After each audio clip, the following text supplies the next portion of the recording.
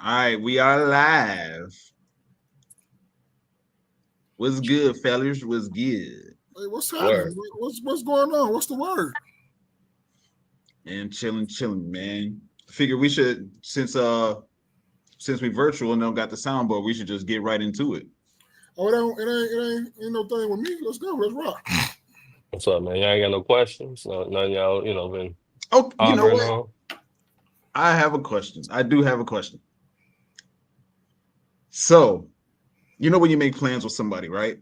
Right. Plans to do whatever. Let's face it this way. You plan to pick somebody up, right? Uh, And the plan is to be at that person's house at 8 o'clock, mhm. right? What should happen? What should that person be? Should that person anticipate the person that's picking them up to be late, or should they be ready at 8? It should be ready at 8. My opinion. It's male or female? That is a good question. That's a great question. That's a great question. So, I guess answer on both ends. On both ends. I think as men, you should be, especially if you got another, it's not really a no diddy thing, but if you got another person that's a man that's picking you up, but you said the date though, right? Well, I just said picking up. Well, maybe I Picking up? said date, Oh, but okay. I'm just picking up. Like you have Okay. plans. If you got plans with whoever, females, you kind of know, I guess it depends on the dynamic of the relationship between you and that female. You know what I mean? So if this is just like a friend situation, she'd probably be on time. She'd probably be ready to go. Now, if this is a relationship thing, I think she's not gonna be on time and ready to go. Because she's probably trying to look her best, for you. As far as guys, I think guys should just be on time. You know, as far as, yeah, just be on time. Nigga, Somebody picking especially you if you up, ain't got no vehicle. yeah, have the courtesy to be ready. Like nigga, expect like because you're a dude, I'll pull off on you. Not no problem. Or at least talk to me. You know what I mean? Have a conversation. Let me know, hey bro, I'm running behind. I'm running a little late, so I'm not downstairs waiting for you. But you also got to know your friends too, right? So some of your friends, you got to know that you got to let some of your friends know that like the one friend you telling you getting on the expressway when you really at the crib. You know what I'm saying? Like, I'm hopping off the expressway because this nigga's never ready. Facts. Right, and that's where I was going with it. That's what I was going with it. But go ahead. No, that's what I'm saying. So some people you gotta do that. You gotta, gotta know your audience. What's up, Desiree? Hey, bro. Desiree, what's good, home slash? Maul, your thoughts. I'm 100% on Jay every day. It's all depending, like it's all situational. It's all like you say, you know your friends. Like I know my friend. Motherfucker been knowing this dude since we've been. Nigga gonna be late to his funeral. Dead ass. No bullshit. No nothing. Y'all know what I'm talking about. If I say his name right now, you're gonna know exactly who the fuck I'm talking about. You don't need to. I know. And that, bro, I got him so much time. And right, kid, you no lie. We used to stay off like Chicago Avenue and Trump. I'll give you a quick story. You know the E-way, you'll get off by like what you'll get off on. I think at Homan, you'll be off by Homan to go over there. 290. When I was getting off the E-way at Homan, I called him, told him I'm downstairs. Kid, you no lie, on my mama grave. By the time I pulled up, he was just not walking out the house, walking down the stairs to come get in the car. I never play with him like that. That's why I don't go like, nigga, you meet me there or something like that. Right. I don't play with him like because I know he's never going to be on time. And like Jerry Day said, it's all dependent on your audience. It's all dependent on who you picking up. But people should be considerate of your time. Especially if you like a punctual dude. Like I'm not going to be sitting around here waiting on you. I got other shit I got planned. I'm playing 2-3 hours sitting here with you. I'm going to go do something after this. So now you making me late and making it seem like it's my fault when it's not because you're not doing what you're supposed to be doing. Right. So, but it all depends on, like you said, if you're going on a date, if you're going with your homies or something like that. And most of us niggas, we got cars. I don't know too many of us that's like, you got to go pick somebody up. And nigga, if I'm coming to pick you up, you better be ready. Because like Jay every day say, I'll pull off on you. And laugh while I'm doing it.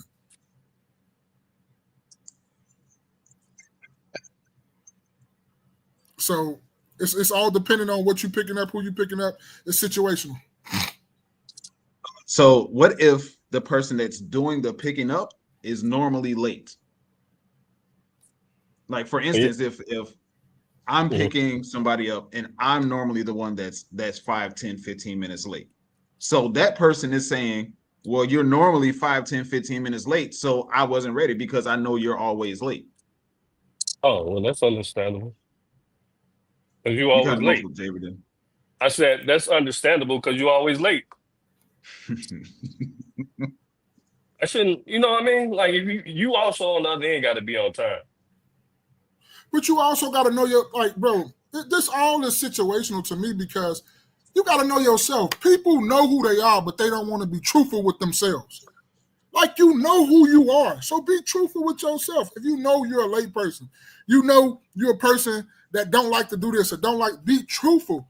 If you be true, when you start being physically truthful about yourself and about situations, you know that, bro, I probably did say that I fucked up. I probably did do that. That was me. I fucked up. That's just who I am. But when you don't be truthful to yourself and you lying, then that's when you have confusion, in my opinion. But once you start learning the truth about yourself and learning yourself and learning who you are, like me and my wife have them conversations all the time. Like, man, that's just me. I'm not doing that. I don't care what you say. I don't care how much you fuss. I'm not doing it. Right. You gotta know yourself. Just like I know my significant other. I know what she's gonna do and she's not gonna do. So I'm not gonna sit up here, cry, bitch, moan, and complain about stuff that I know she's not going to do. That's just her. She's not gonna do it. So once you start knowing yourself and you know people, and you start looking and knowing your friends, you knowing what your friends like, you know what your friends don't like. Like, it's plenty of times where we done been talking, right? And Jerry will be like, oh, you think Jerry there? I'm like, bro, knowing that nigga, probably not. He might surprise me and shock me, he probably do, but he normally he not gonna do it. Hello? Y'all there still? Yeah, I'm in. Yeah, it seemed like it was just me on the screen. That's why I asked. No, I'm just. But then this is another thing too. Jerry there asked me something about spaces. I'm like, man, you know that nigga. That nigga gonna go this way. Now he might surprise us and shock us sometime, but 9 times out of 10, Jerry there, what he do? Go that way. Yeah, that's all. Because that's him. But we got to know our friends. We got to know situations. We got to know other people. And if you're not trying to learn your friends to try to be better friends with them, just know what they in and they're gonna do. It's just you. That's got to do with you. That's part of growing up. Learning your friends, learning what they're going to do and what they're not going to do. To the live stream, first time seeing you here. She said Portia sent her here. Appreciate you for being here. I hope you enjoy the show. Desiree said, time is one of the greatest gifts someone can give to you, so appreciate it and honor it. That's a fact, because sometimes I had another question after we get through with this too. Mm-hmm. So when we finish with this, we can go into that one too. Yeah, I think generally speaking at the baseline, I think both people should adhere to what that time expectation is. If it's 8 o'clock, it's 8 o'clock. If it's 7:30, it's 7:30. I think, but I also don't blame the person that's being picked up for knowing, like Ma was just saying, for knowing the person that they're dealing with. If the plan is to be at 8 and the person that's being picked up knows that they're not going to be there until 8:45, so they're not ready until 8:45. I get it. I just think, both like Desiree said, time is the greatest gift. Let me highlight it again. Time is one of the greatest gifts someone can give to you, so appreciate it and honor it. Yeah, it's like 8 o'clock is the time, so 8 o'clock is the time. And it almost suggests that if you aren't ready by that time on either part, then you don't appreciate that other person's time. Yeah, that's true. Does that make sense? Or yeah, it is. You making sense. Yeah, God, like she say, time is the essence, and I'm learning that the more older I get, nigga, my time is precious. And I don't waste it on fucking nobody. Right. And I know you the same way, and I know Jerry they the same. Boy, don't play with my time, because I'm not gonna play with yours. I know how, like, we try to, and that can segue right into this. Do you think you make time for everything you want to make time for? You think that's a true statement, both of y'all? Oh, so is this like one of those, if it's important to you, you'll make time for it? It's like motherfucker told me that you will make, and I agree, used to agree, but I kind of don't as the older and older I get. Okay, elaborate on the question more, because I think I Because agree, it was like, you know, spending time with people or making time to go work out or making time for this or making time for that, making time for your family and all that. And it's like, to me, you can want to do all that stuff. Like, the podcast is very important to us. Sometimes we be wanting to, but like it's like time just not permitted. Does that mean it's not important to you? Right. Like we want to hang out all the time. Sometimes time just don't permit it to do so. Right. So that saying for like you make time what's for important for you, it's like, yeah, I kind of agree, but don't agree, disagree. It's like I'm on the fence about it. It's like I'm 50-50. so what are your thoughts on either end, like specifically? On either end, yes, you could, but sometimes shit lacks, and then you start lacking on other things. So now you got to spend time with that. Then you start lacking on that because you're spending too much time with that. So you're looking at this. You want to spend time with a lot of things and a lot of different variables, but sometimes time just don't permit you to do so. I work 12 hours a day, right? It's 24 hours in a day. I work 12 mostly a day. So you can go ahead and say 50% of my day is at work, no matter what. I still need 6 hours to sleep, right? So then I still got to do my thing or my health and wellness that I like to do for myself. That's my day gone. Even before I talk about spending time with my wife, my kid, whatever, that's gone. Now, let's go to my off days. Now, my off day, I got to spend time catching up to do things that I couldn't do because I was at work all the time. Does that mean I don't want to spend time with the fellas? Does that don't want to mean I don't want to go to lunch with this and do that and do that? Huh? Right. I want to, but time just won't permit it to. It ain't like it ain't important. Right. Yeah, I agree. What are your thoughts? I got to get this money. This money got to go get this agree. money. I agree with what he just said. You know, it's only 24 hours in a day, and a good chunk of that is between working and sleeping. So, and you know, how many hours in a week? 168, Yeah. something like that. 168 hours in a week, and then working and sleeping. That's like 50 to 70% of your time right there. Commuting back and forth to work. You know, I don't stay far. I mean, I stay pretty far from the job. So I mean, it just is what it is. You know, we do the best that we can with the time that we have. That's it. So is it also true then that I on the other end of it as well, people say you make time for what's important to you or what matters to you. That's true too then as well, right? Look, it is to a degree, but sometimes you have other things that have to. Some things take precedence over other things, you know. So I may want to see or be around other people or whatever, but there's other things that I have to take care of for myself. You know what I mean? Like, so just because somebody wants you to be around them doesn't necessarily mean like they're entitled to my time or what. Because normally that's a person who's saying that, right? That's normally a person saying, "Well, you make time for that." If I have time, then I'll make time for it. But there's also other things within my life. When you're grown, when you're an adult, you have things to do, right? And I can't neglect the things that I have to do just to come please you. That make any sense? Yeah. Yeah. So, but what the old saying is, absence make the heart grow fonder, right? Woo! Let me step away from a little bit. Let me do what I need to do, and then I'll come see you. You'll enjoy my time a little bit more and shit like that. Yeah. I'm gonna come see you. Yeah. Hey, I'm gonna come see you. I'm gonna come see you. Yeah, let me finish doing what I need to do. Let me, you know what I mean? Because the things that attracted maybe you to me or me to you is the shit that I get done, right? So if I start like Lamar, if he goes to the gym all the time, right? I know he's married, but I'm just saying, if he goes to the gym all the time and he stops going to the gym because that person wants to see you all the time, well, you like me because I was in the gym. My body was right. You see, I stopped going. Now, you see what I'm saying? So this is the issue a lot of times, specifically when it comes to men. Women probably too, but you neglect the things that you used to do right? And just because she wants to see you or whatever it is, because it really boils down. That's something when people say you make time for things that you want to do. That's normally a person that's saying that to you. But what draws people to you is somebody always told me you can't be too accessible. I don't give a fuck to who it is, wife, kids, because people take that for granted because they think you always know this don't work like that. I'm not this to say. You can't just call me and say, hey, come take me to the airport right now. Fuck, I look like a cab, nigga. Fuck, I look like to you. That you think my time is I could just drop what I'm doing right now to come take you to the airport when you didn't give me a couple days notice, a week notice, like, hey, bro, what you going to be doing around this time? Could you take me to the airport? You going to just tell me 10 minutes to go take you to the airport. How you know I don't need no gas, nigga?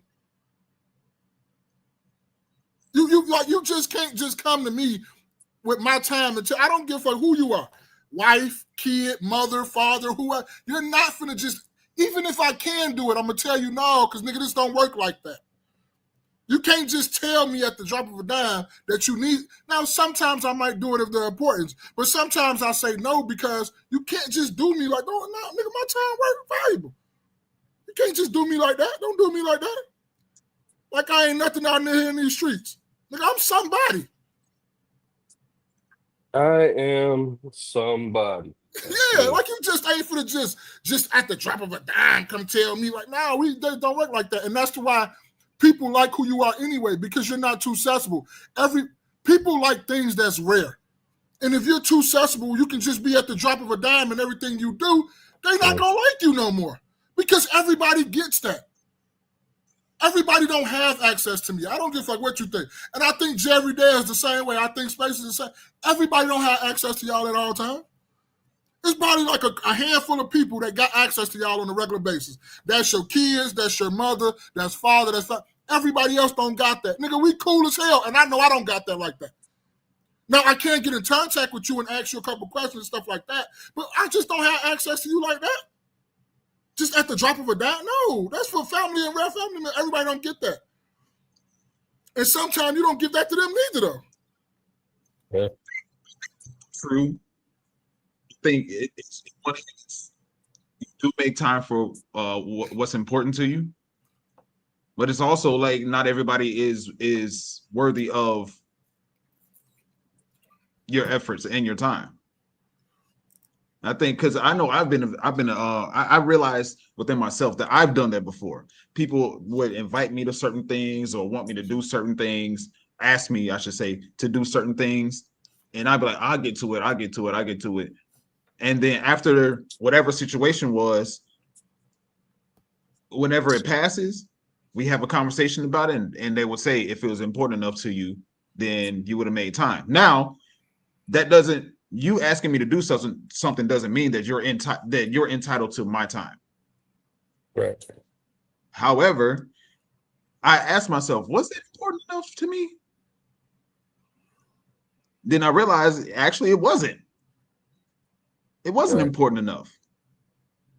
So and I also asked myself, could I have made time to do that if I wanted to do it?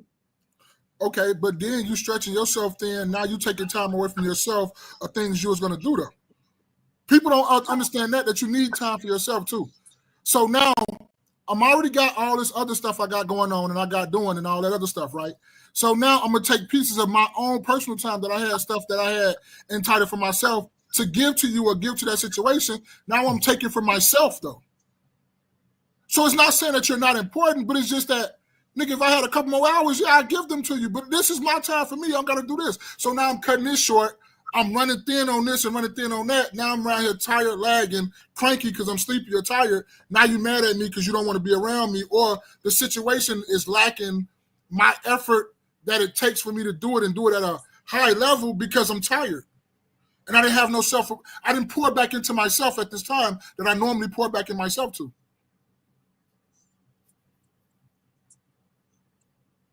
Yeah. What's up? Cultivate, what's going on? Big C, what up?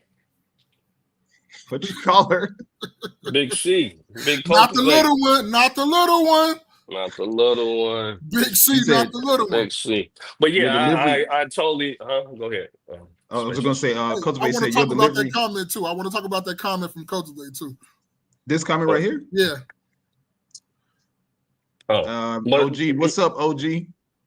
OG, what up? OG, what's going on? And he also asked new format platform. No, well, yes and no. This is StreamYard, a new platform. This allows us to basically live stream remotely from wherever we are. Yeah, I was in Mississippi last week. Baby, I'm back in Chicago. I'm gonna be in Hawaii next week. Then I'm going to Jamaica. All right, go ahead, Jay, every day. I completely lost my train of thought, so it's all right. But all right, then we can get into the show. No, let me address that comment what Cultivate said, right? Because I had a couple conversations with a couple dudes and stuff too, right? With that, it's a bit aggressive, but I get you. And somebody then told me that too because they don't like. My wife was like, just the way you say it, and I'm like, how do I supposed to say it? And it's like, I think all guys talk like that, in a sense, especially if you like a man amongst like a leader of your family or whatever, you're gonna talk with some aggression and some authority because you want the shit done that you want done. You don't want to be talking about this no more. So someone told me that I talk with a little authority and it's the way I said it or whatever. And I'm like, women do the same thing. Women always yelling, but motherfucker don't take that to heart because you said it. What you said is law, baby. You mama. What you said is going. That's what it is. And I just wanted to address that. I know it was just on my mind. Maybe I was on my mind. So do you think it's more like this? What OG said at the bottom of the screen? Pat, maybe it could be. But it's just, maybe it could be. I don't know. I just think that's just me. I think when I talk to anybody, it's like that, though. And I think, Oh, sorry. Go ahead. I thought you were done. Go ahead. No, I just think I talk to anybody like that. And I don't mean nothing by it. It's just me. It's just who I am. I guess I want you to hear me. So you want me to misconstrue something I said and be talking about, oh, well, you know, I didn't say that shit. I didn't say that. See what she said. She said, I don't know if I should receive the information or square with you, cuz. All right, welcome to another episode of the No Key Podcast. I your favorite after church podcast. I'm your man, Spaces. Hey, I go by your boy Mar. It's Jay every day. The championship. Now, how y'all put that down there though? I want to give me a name. What's good with y'all, man? How was y'all last week? Jerry, they going first. I'll go last. You know, I had a lot of shit going on. Shit, you go first. You wasn't here last week. We missed out on you. I was here. I was just remote. Right, but you wasn't here for the introduction, so go ahead. Yeah, man, I was just out with the family, man. I've been spending a lot of time with my family. We've been, these my son last days where he's like kind of like teenage. He's finna go in a little young adulthood. He graduate this year coming up. So you want to get all the family trips you want to get in and try to be with him and just try to be there, be around because he's finna be out here and shit like that. So it's just, us taking a road trip. Mississippi was dope. I thought I had to tell Jay every day. I thought I was gonna have to pop a nigga in South Memphis or whatnot, man. Motherfuckers playing around with me and my family. Won't get into that because people already think, oh, you so hard. No, I don't think I'm hard. I don't think I'm nothing. I just don't play when it comes to my family. That's just the one thing about me. I don't play about that. You better off playing with God or somebody than playing with me. Don't play with me. Especially when it comes to my family. I don't give a fuck what you say or how hard you think I am. Don't play with me when it comes to my family. And I'm with that with any of my homies' family too. If we with their family, you playing, nigga, you ready to get crashed out on. Don't play with us when we with our kids and wives and shit around. Don't play. But yeah, that happened, and Mississippi was pretty decent, man. I ain't gonna lie to you. Good culture, nice little culture, whatever. In Jackson, Mississippi, I saw Jackson State. It was right across the street, the vineyard we was at. Shit, it almost like around where Jackson State at, like a third world country, but it was cool.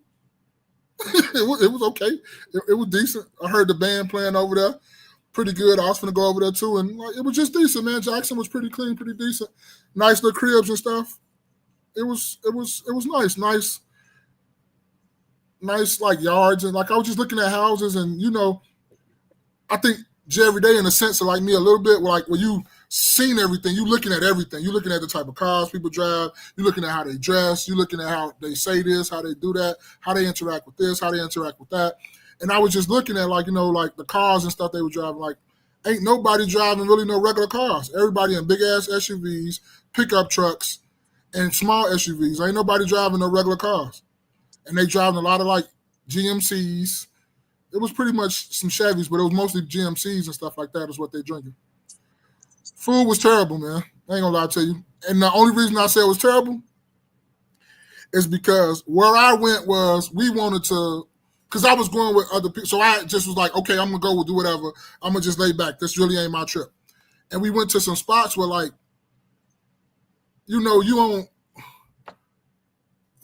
to the hood spots. We're not for the fuck around with the mainstream shit. And that's why I kind of wanted to go, but they wanted to go to like this famous this and famous that. And we had some shit, and I'm like, bro, this shit was terrible. I ain't never had an omelet that was terrible. This shit was terrible. Yeah, they can't make omelets. And it was like, and they were talking about, oh, this place is just that. No, it wasn't. This shit was nasty, man. It was nasty. I think the best thing we had when we came out the club and the nigga out there selling ribs, my wife said that was the best thing we had. Nigga shit was on point, though. Nigga shit wasn't mall shit, but nigga shit was good. Mall negative nasty. No, I'm just being honest, though. It wasn't good. It just wasn't good. But overall, trip was good. Ride was smooth as hell. Took us real quickly coming back than it did going forward. But yeah, overall, the trip was nice. It was really nice trip and all that stuff. And did you see any police? Not to cut you off. You see any police in Cairo? I seen Cairo. I told you. I seen what is it? Ephraim? Effingham, yeah. Yeah, Effingham. Yeah, I seen Effingham too. Yeah. And my homie, my good brother right there, Jerry, they told me, hey, slow your ass down. Get what I did. 70. Yeah. They're going to go ahead and do 70 through here. Then we'll get back up to 80, 85, whatever we're going to do. Yeah. But yeah, overall, it was pretty cool. The longest part of the trip, I don't know if people know drivers. I know Jerry Day know what I'm talking about, but it's I-57. Nigga, I-57 is long and boring as fuck. There's nothing there but fields on the side of you. That's it. Everything else is like cool. When we got on 55, when we got down there in Missouri, it was cool. This shit was flowing through that bitch. We come through that mark blazing right there. But other than that, 57 is just like a boring ass little stretch. Shit, boring as hell, man. Their omelets suck. Her say? OG said their omelets suck. Yeah, it did, and it wasn't the local stuff. It was the stuff that like what you say, name brand stuff or whatever, like name brand restaurant stuff, like that stuff sucked. I think if I'd have went to go eat with the locals, I would have probably been cool. All right, Jay Everyday, how was your last week? It was uneventful, man. I went to work. That was uneventful. I went to work. Yeah, it was back to work, man. So, my week was pretty cool. Yesterday I went to see Fantastic Four, and I gotta give it to them, man. They redeemed themselves. I had, It was pretty good. Yeah, it was good. It was good. I didn't see any agendas that Marvel has been trying to push, so it seemed like it was just a story. It's a story that somebody wrote out, and I don't want no agendas in this. I just want to keep going. I just want to have a story and make a great production. All of the acting was amazing. The CGI was incredible. The thing. You hear him say every day? Mm-hmm. Yeah, go ahead. The CGI about this. Yeah, the CGI was incredible. Galactus, I didn't see no, like, when you watch a movie and there's CGI and you can tell, like, that's bad CGI right there. Like that don't look like, it doesn't look like it fits into the movie. I didn't see none of that in there. That was great, man. It was great. And I don't even know much about the Fantastic Four, but I just know it was, along the Marvel universe. So I was interested enough in that. But yeah, if this was bad, then I would be done with Marvel entirely. But yeah, they redeemed themselves for sure with this. So I definitely would recommend it. I ain't gonna lie to you. I think it's you and like 3 or 4 other people that look at the CGI. I think everybody else is like, man, fuck that shit. Is it a good movie or not? Cultivate asked me, Marvel or DC? It's crazy because I'm both. I'm Marvel heroes, but DC villains. Marvel heroes but DC villains, because the extravagance in the Marvel heroes is actually amazing. But for DC, like when I think of DC villains, I think of Joker. Like they're just so ruthless. But yeah, so if I had to choose one, I would say Marvel. Did you sure? Question, Spaces? Did you see? Did you see? What was it? Did you see Superman? Not yet. I'm not gonna lie to you. People say Superman was garbage. It wasn't to me because Mr. Terrific was like the dude. I'm not gonna lie. I'm like, Mr. Terrific made me want to be like, okay, where the fuck does Mr. Terrific come from? He need his own movie. Because it wasn't like no normal corny dude that they had playing him. He had a little bit of like, Crash Ray, like a little bit of the swag to him a little bit in his own life. But Superman wasn't bad to me neither. But I gotta go see what you said. Fantastic Four. Yeah, I am interested in. I've heard people's opinions about Superman, and I've heard varying opinions. I heard there's a lot of agendas being pushed as far as immigration and all that stuff, and Superman being an alien. I heard that people like he was toned down for the Superman that we know. But I've also heard that the Superman in the movie is the Superman that was early into learning his powers. So the way he was portrayed in the movie was what y'all saw, because he was early. He didn't know what he wanted to do. He was trying to figure out, why are people like this? So he wasn't I'm all powerful, I can take over this. In the movie, he was docile in the movie because he didn't know himself, basically. Okay. So let's see. All right. So we can go ahead and get into the first subject. This one was They sent some stuff. All right. So give me a second. Let me pull it up. Let's go with this one first. Share my screen. All right. Y'all can see that, right? Yeah. All right. Let me play it. This summer. The alleged female victim told investigators the man who attacked her had no idea she was an off-duty Chicago police officer. That man, identified in the police report, is the very same man who shot and killed his police partner on a call earlier this summer. Before the simple battery, but there's a log number that involves 2 officers. Yeah. By the time the call came, it had been hours since the alleged attack on this busy Wicker Park sidewalk Sunday night through a bloodied split lip. Yo, that's crazy, because I've been in that area before. Y'all recognize that? Yeah. The area? Mm-hmm. Can y'all hear me or no? Yeah, I can hear you. Yeah. Oh, okay. Yeah, that's crazy, because that's a nice area. I mean, it's a busy area, but that's crazy. Okay, my fault. At Rush Hospital, the 29-year-old police officer filed a police report of her own to colleagues who had responded. The female officer said she'd been standing here outside District Bar and Grill on North Milwaukee Avenue, off-duty and waiting for a rideshare, when she says she was approached by a man and woman about a video she had taken in the bar. A police report obtained by the ABC7i team explained she told police the offenders demanded she delete the videos that were taken on her phone. The verbal fight, the officer said, turned physical when she says the man and woman jumped her and beat her in the face before strangers helped pull her to safety. The man identified in the police report is the very same officer who shot and killed Officer Crystal Rivera while responding to a call on June 5th. Chicago police maintain that officer fired accidentally. They're not naming the officer because he's not charged with a crime in either incident. As the I-Team reported last month, the 2024 disciplinary report from the Civilian Office of Police Accountability said the officer who shot and killed Officer Rivera had 5 previous complaints of misconduct where findings were sustained, and as a result, the officer faced 3 suspensions and 2 reprimands in just 4 years with CPD. 2 of the incidents were deemed preventable accidents. The officer is already on paid administrative leave from the shooting earlier this year that killed Officer Crystal Rivera. The Civilian Office of Police Accountability is now investigating this alleged attack. The officer is not in custody. He'd reach out to his attorney for comment, but we've not heard back. All right. Jay, every day you sent that to us. What were your thoughts or what was your question on it? I really didn't have any questions about it. It was just something to think about in regards to 'cause, from what I'm hearing, this guy, the person who jumped, the officer who jumped on, I guess the off-duty officer, um, like he's been not convicted, but he's been involved in 2 murders.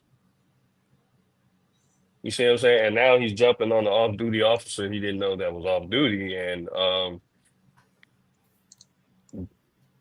I mean, how many officers or how many police do you think is running around like this? You know what I mean? Is doing certain if um the department knows about things like this, why haven't they put him on leave or officers like that on leave?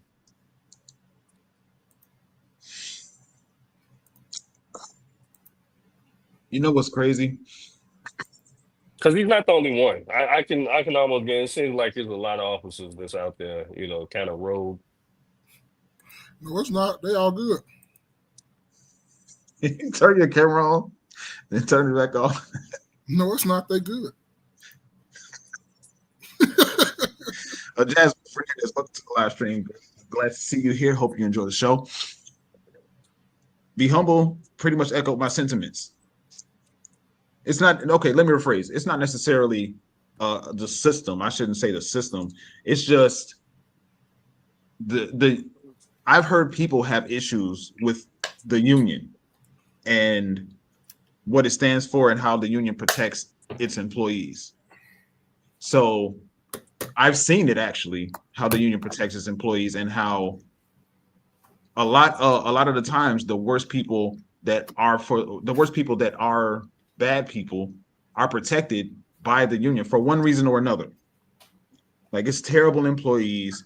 They from one reason or another, they're a terrible employee. They don't do their work. They always mouth off. They're always late. Whatever the case, they're protected by the union.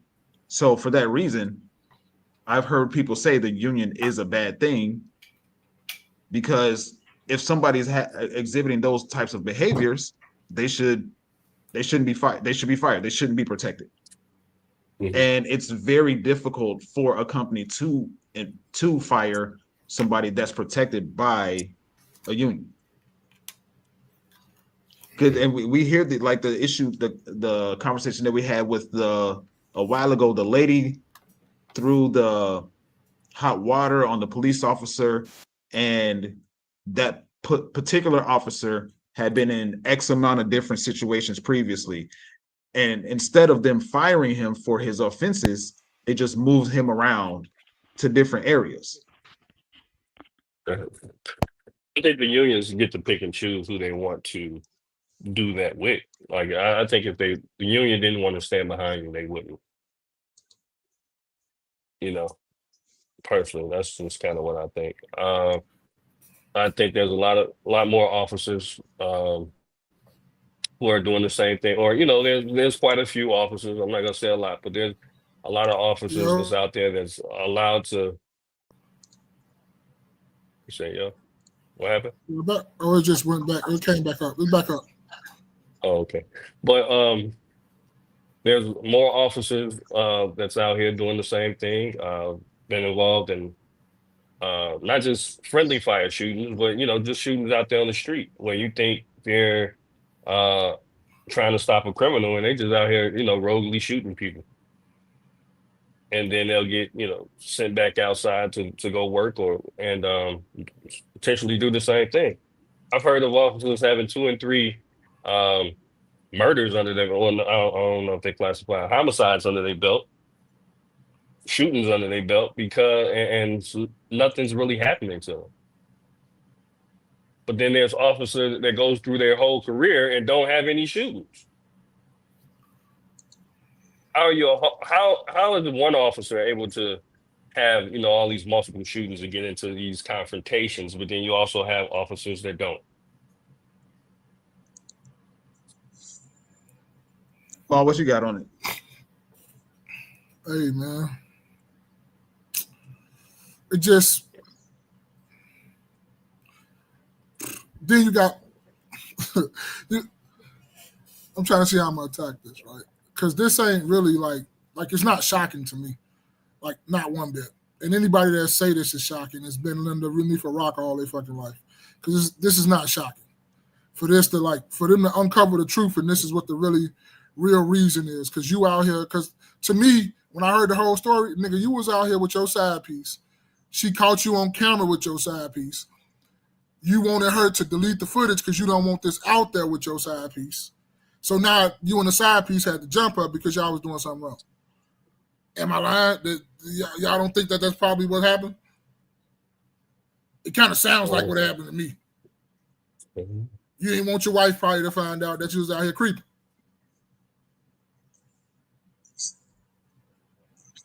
And what you say? I couldn't hear you. Say, like if you're at a bar and somebody is recording you and you want them to delete the footage, what are some things that could possibly be happening to where you would want them to delete it? You doing something you ain't got no business. With a woman, you ain't got no business. That's the thing.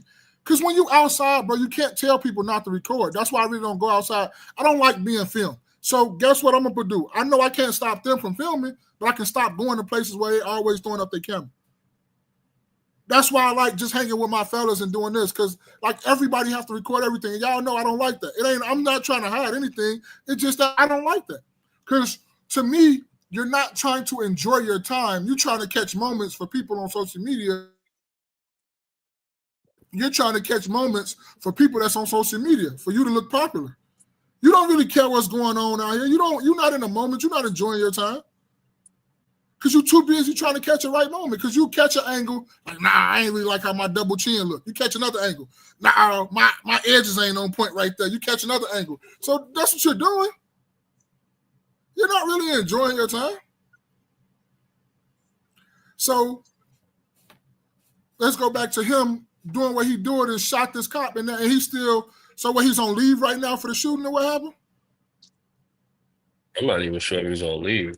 I think he back at work. But then look at this though. This the kicker part, right? The person that they were coming there for getting charged with the officer's murder. Right. Huh? Your mic breaking up. Your mic breaking up. What'd you say? We still can't hear you, bro. Okay. Is it better? Yeah, I can hear you now. What you say? What was her name? Cassandra Rivera? I think that's what her name was. Because I want to see. Whoever they were coming there for, they said he got charged with that murder. And ain't nobody said, even though they found out all this information, Jerry, correct me, am I wrong? Has they talking about dropping the charges on this boy for who they charged the murder with yet? I haven't heard anything else really pertaining to that. So probably and guess not. What? They not gonna say nothing until it's an uproar. But the thing about it is, right?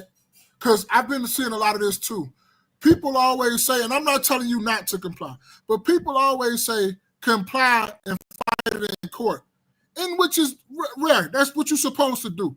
But don't nothing still happen to the punishment of the officer because they keep doing the same shit. So what's the punishment behind them though? But then you got people on social media like, oh, you did this. Oh, you got these cop road, whatever this nigga name is, me and Jerry, they be talking about. This nigga say the police don't never do nothing wrong. Because he an ex-cop. Who said that? No, I'm talking about me and Jerry Day talk about him, man. I said me and Jerry Day. We done talked about him because I don't know his name, Jerry Day. I be forgetting his name. Black dude who used to be a police officer. What's his name? Oh, Spaces, you played. Didn't you play him last week? Officer Tatum. Yeah. Officer Tatum? Bro, yeah. I've not heard not one time anybody ever did anything wrong. The cop's always right. That's why I can't listen to him. Yeah. I've never heard him. He does pander. I've listened to him. You know, sometimes I can be on his side, sometimes I'm not, because I think there's never a time where every time you're presenting information, an officer is always right. Right? We all know that police are human, so they're gonna bend they're going to bend the truth, and they're going to bend certain things to make themselves look better. I know a certain situation that happened, I think either last week or the week before, where the police officer, this happened out west. I'm sure she doesn't mind. So this happened to like my sister, right? My sister, my two sisters, and their boy and her boyfriend. And the cops, they basically pulled up on them, made them get out the car, searched the car. What without any, what I'm Probable saying, cause. without probable cause, without any reason. And I said, because they do those type of things, I don't give a fuck where you at. I could be in Inglewood, I could be in K-Town, whatever, but you still just can't. First of all, you got to have a reason for pulling me over, right? And people will say, well, you shouldn't say X, Y, and Z. No, you got to have a reason, and you just can't search my car. So I'm going to put that on record. Now, you can do so if you want to, but I'm going to make sure that, okay, your body camera is on. Okay, I'm not giving you permission to search my car. It's simple arithmetic. Now you go ahead and after that, and also I like to talk to one of your white shirts. I want to talk to a supervisor. Hey, but what they say, if you ain't got nothing to hide, why you won't just let him do what he's doing? Nigga, because you got rights. That's my right. My right is, like, what the fuck is going on here? Right. Like, what? If I have nothing to hide, I can just be on about my day. You're pulling me over to stop me for whatever reason. You know what I mean? Because you're looking for some shit the person that probably drove past me while you looking for some shit probably got the shit you looking for. True. But it's always the question is they try to act like they're your friend. Where you going? Nigga, I'm grown as hell. My wife and my son. Don't ask me. I done got so mad. I ain't give a fuck what happened. Don't ask me that shit, bro. Don't ask me where the fuck I'm going. I don't like that. Don't nobody ask me where I'm going. I'm grown as hell. I take care of adults. Don't ask me where I'm going. But they do that to make it seem like you're friends, and then when you don't say nothing, oh, you got an attitude. Nigga, I got an attitude because I didn't say anything? Like, what the fuck is going on? But when you start talking like that, people say, oh, you just should comply. You just should let. No, that's the reason they keep doing what the fuck they keep doing, because ain't nobody checking them. Yeah. And it only and then people will say all this stuff until it happens to them. When it happens to you that one time, you feel so violated and shit, you be like, man, fuck them niggas, man. Because I didn't have it happen. I have not had it happen in a long time, but I used to have it happen all the time when I was driving my Pontiac. One time a nigga told me, I told him I'm a concealed and carry over. The nigga said, where your gun? I said, over there underneath the seat. He said, grab it. He said, grab it. Remember I told you the story every day when he was at work? Mm-hmm. Come on, man. But, hey, to me, and I know I might sound crazy and y'all might think I'm always violent, but until shit start happening to them, that's the only way this will stop. Because you keep talking about sue when it don't come out of their pockets, it come from the taxpayers. Motherfuckers can have 4 and 5 lawsuits on them and they still working for the police force. They need to carry insurance. They need to carry insurance because when it's the taxpayers paying for it, it's kind of like free money. Yeah, like, damn, I could do, and especially if you got the union backing them and there's nothing happening behind it, they could go out here and make $1 million mistake. But would you go out here and make $1 million mistake if you're carrying insurance, you're bonded, right? You're not going to go do that. You're going to be a little bit more cautious, right? We don't need. Because it's two camps to me, what I noticed, especially living in the city, right? So you got police that absolutely don't want to do shit, right? They don't want to do nothing. These bitches is out here with nails. You're a police officer, okay? You shouldn't have 5 and 6 inch nails, hair laid and shit like. No, you need to be ready to get down, right? This is part of the job. Tail, athletic gear, yeah, and just no fake nails, just nail polish. Right? The niggas look like they just left the club. You know what I mean? They got chains and all this goofy ass shit on, right? And then you got the other side of the camp where it look like these officers are overly aggressive. It's just overly aggressive for no reason. Go solve a fucking murder, is what I'm saying. I've had situations in Chicago where, I've been basically, I had the police pull out a gun on me, right? This happened a lot of times when I was a lot younger, but I mean, I wasn't into anything. So I had the police pull out the gun on me and he just walked into the car. I happened to look out the window. He got the gun. He's, you know what I'm saying? He got it pointed at me. Right at your nose, ain't it? Right at me. I had Yep. him on my license. I look like my license. This nigga gonna tell me this don't look like you. Tell me your name and address. I said, it do look like me. You know what I'm saying? He said, don't let me tell you again. I get to recite it. Right? I've had a situation over on Belmont and Central. The other time was on Cicero and Belmont. This other time on Belmont and Central. I'm coming through there. The officers they searched my car. Now I did give them permission because I was scared as fuck. You know what I mean? But I didn't have anything. But it's just how they approached me. I was 22 at that time. And then one more time is I happened to be in Hammond. I happened to be in Hammond, Indiana, and I had like 5 or 6 police cars like surrounding me, all because I had a light out, and it was summertime, so I had my windows down. That's when I had the Buick, and so I had all the officers talking to me. It was really confusing. And then I had my glove box open, right? And the officer was like, first they was asking me, am I moving meth and shit through there? Like, nigga, I said I'm black. Like, I don't do no fucking meth, you know. But But they got you crack. That's a different story. yeah, crack, I would have, you know what I'm saying? I would have, you know. But but no, for real shit. Like I had my glove box down because I was, was getting my stuff, and it was an officer to my right at the passenger side window, and he points in my glove box and say, "What's that?" And I say, "What's what?" So I, go get the grabbing, and it was a clip for a 22. I ain't never owned a 22 in my life. Don't nobody, you know what I'm saying? My glove box was fairly empty. Didn't have a whole bunch of clutter and shit in there. So I know he literally put the 22 clip in there. I happen to already have my not concealed carry, but I had my Floyd at the time. You know what I'm saying? So I said, oh no, well, whatever, but I got my Floyd. I don't know who shit that is, but I got my Floyd. Because I felt like he was trying to get a reason To search the car. to search the car. And police do dirty and grimy shit like that. Especially like, and I had work uniform on. I damn it always got work uniform on. So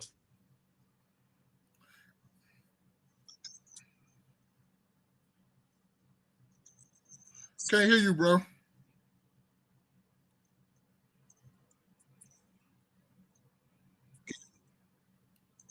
Huh? There you go. Yeah. So I think anybody who has smoke or some sort of prejudice towards the police shouldn't call them if they're in a situation where they may need them. That's their job. yeah, I still pay That's their tax. job. Yeah, They get I'm paid not for it. see it's one. Okay, then if a police officer pulls you over, then they're doing their job. Okay. So No, that's not I true. think are That's not there? true. I listen. So y'all probably know that I listen to Officer Tatum. Is he biased about some things when it comes to police and their engagement with civilians? I absolutely agree with you. However, he is my source, the only source that I have right now for getting information about how police move. So are there corrupt police officers out there? Absolutely. Have there been police officers out there that have unjustly done things to people? There's no question about that. But if you get pulled over and you already have some sort of thought process about how you're going to handle this situation, then who's in control of the situation at that time? Why not? I don't understand why people do this. Why not just comply with the situation and do? And I'm not saying do it every single thing that they say do. Like the But then that's not compliant what if you you don't just do everything.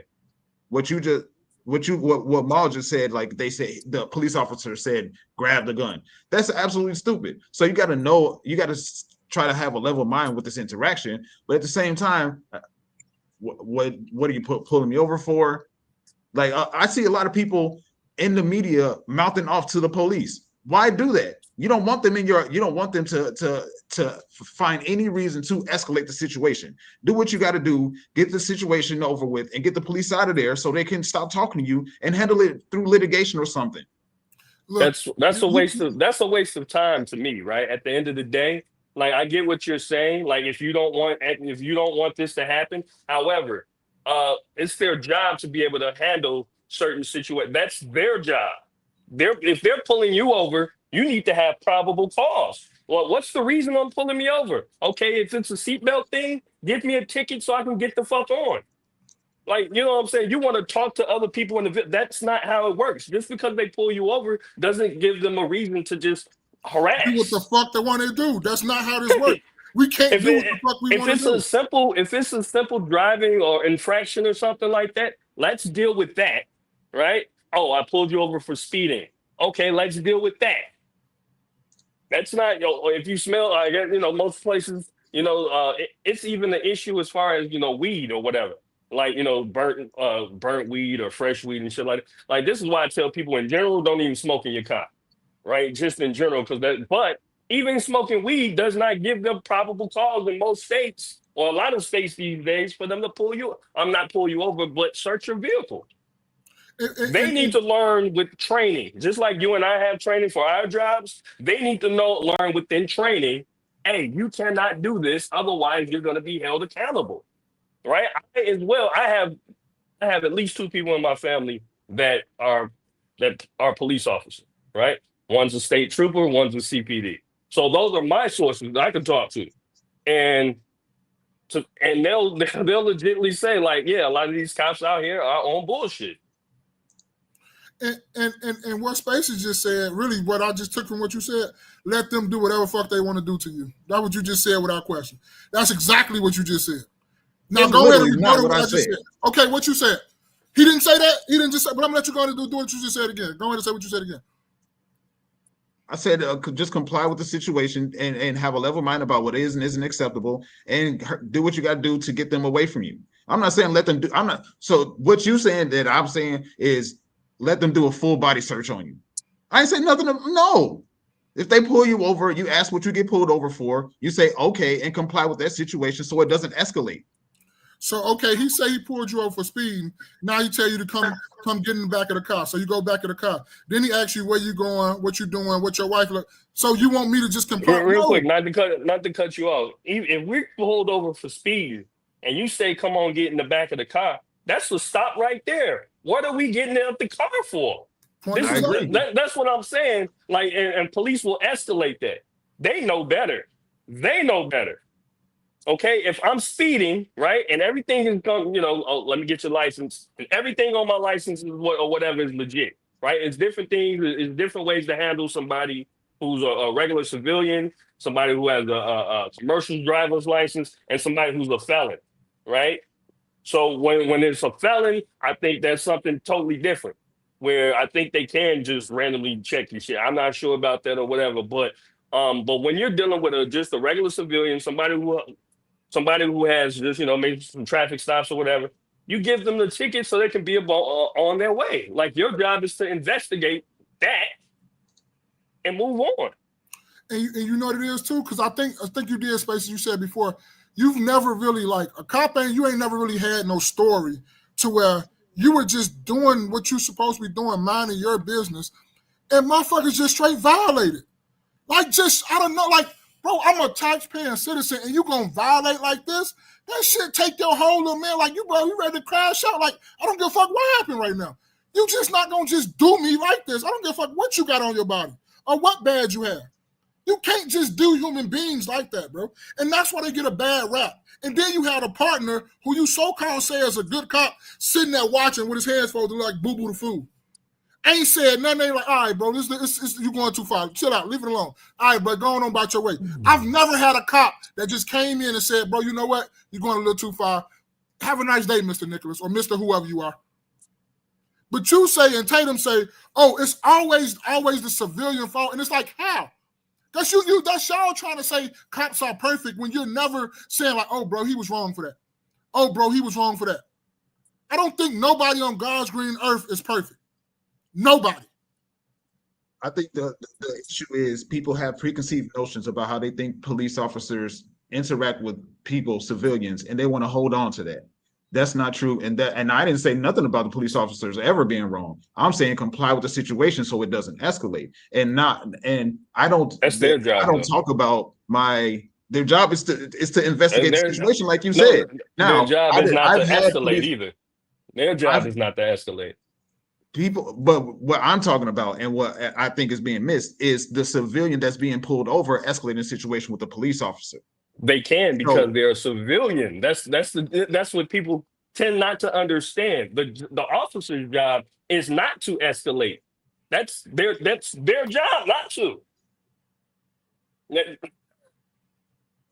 So I don't talk about my interactions with the police. I've had interactions with the police of getting pulled over. And the reason why the situation didn't escalate because I didn't have a preconceived notion about how I wanted the situation to happen. I didn't have a preconceived notion about the police officer pulling me over for no reason, or they always have all these bad interactions with other people. I comply with the situation, and more often than not, I get away with it because I'm cool. I'm relaxed. I'm complying with the situation.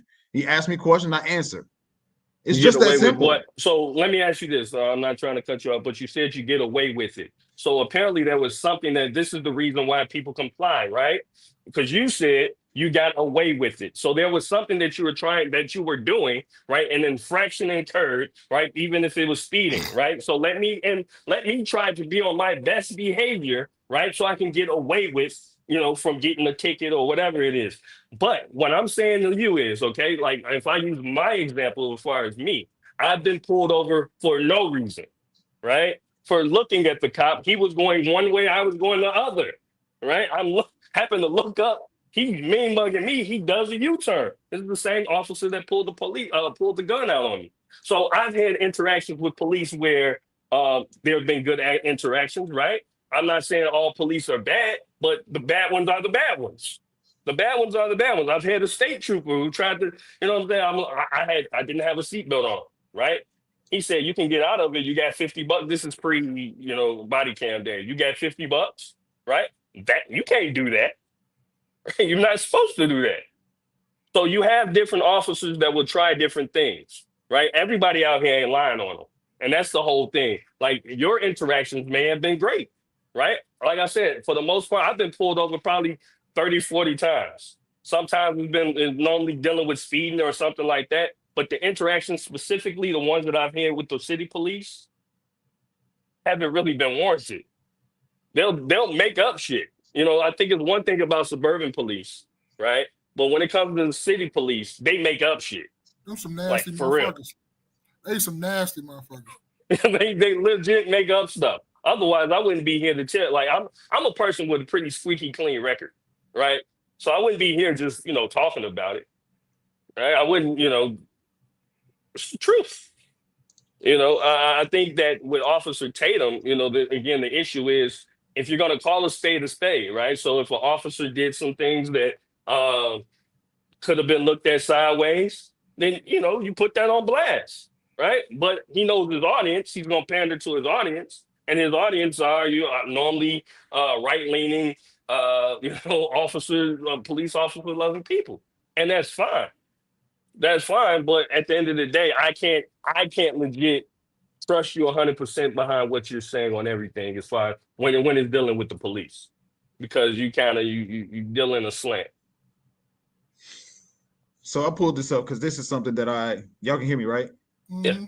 All right. So I pulled this up because this is actually a question that I've always had, but I always forget to look up. I'm glad we had having this conversation. Right here, I just Googled, do police have to have probable cause to pull you over in Illinois? In Illinois, police do not need probable cause to pull you over, but they do need reasonable suspicion. Okay. But probable cause as far as going into your car and search, right? Maybe you can Google that. Do police have what was the question? Do police need probable cause to search your car? In Illinois, I guess.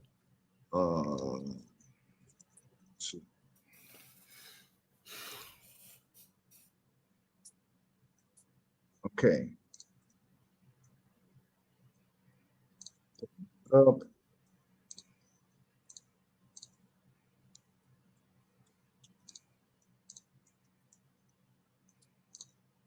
Can y'all see it?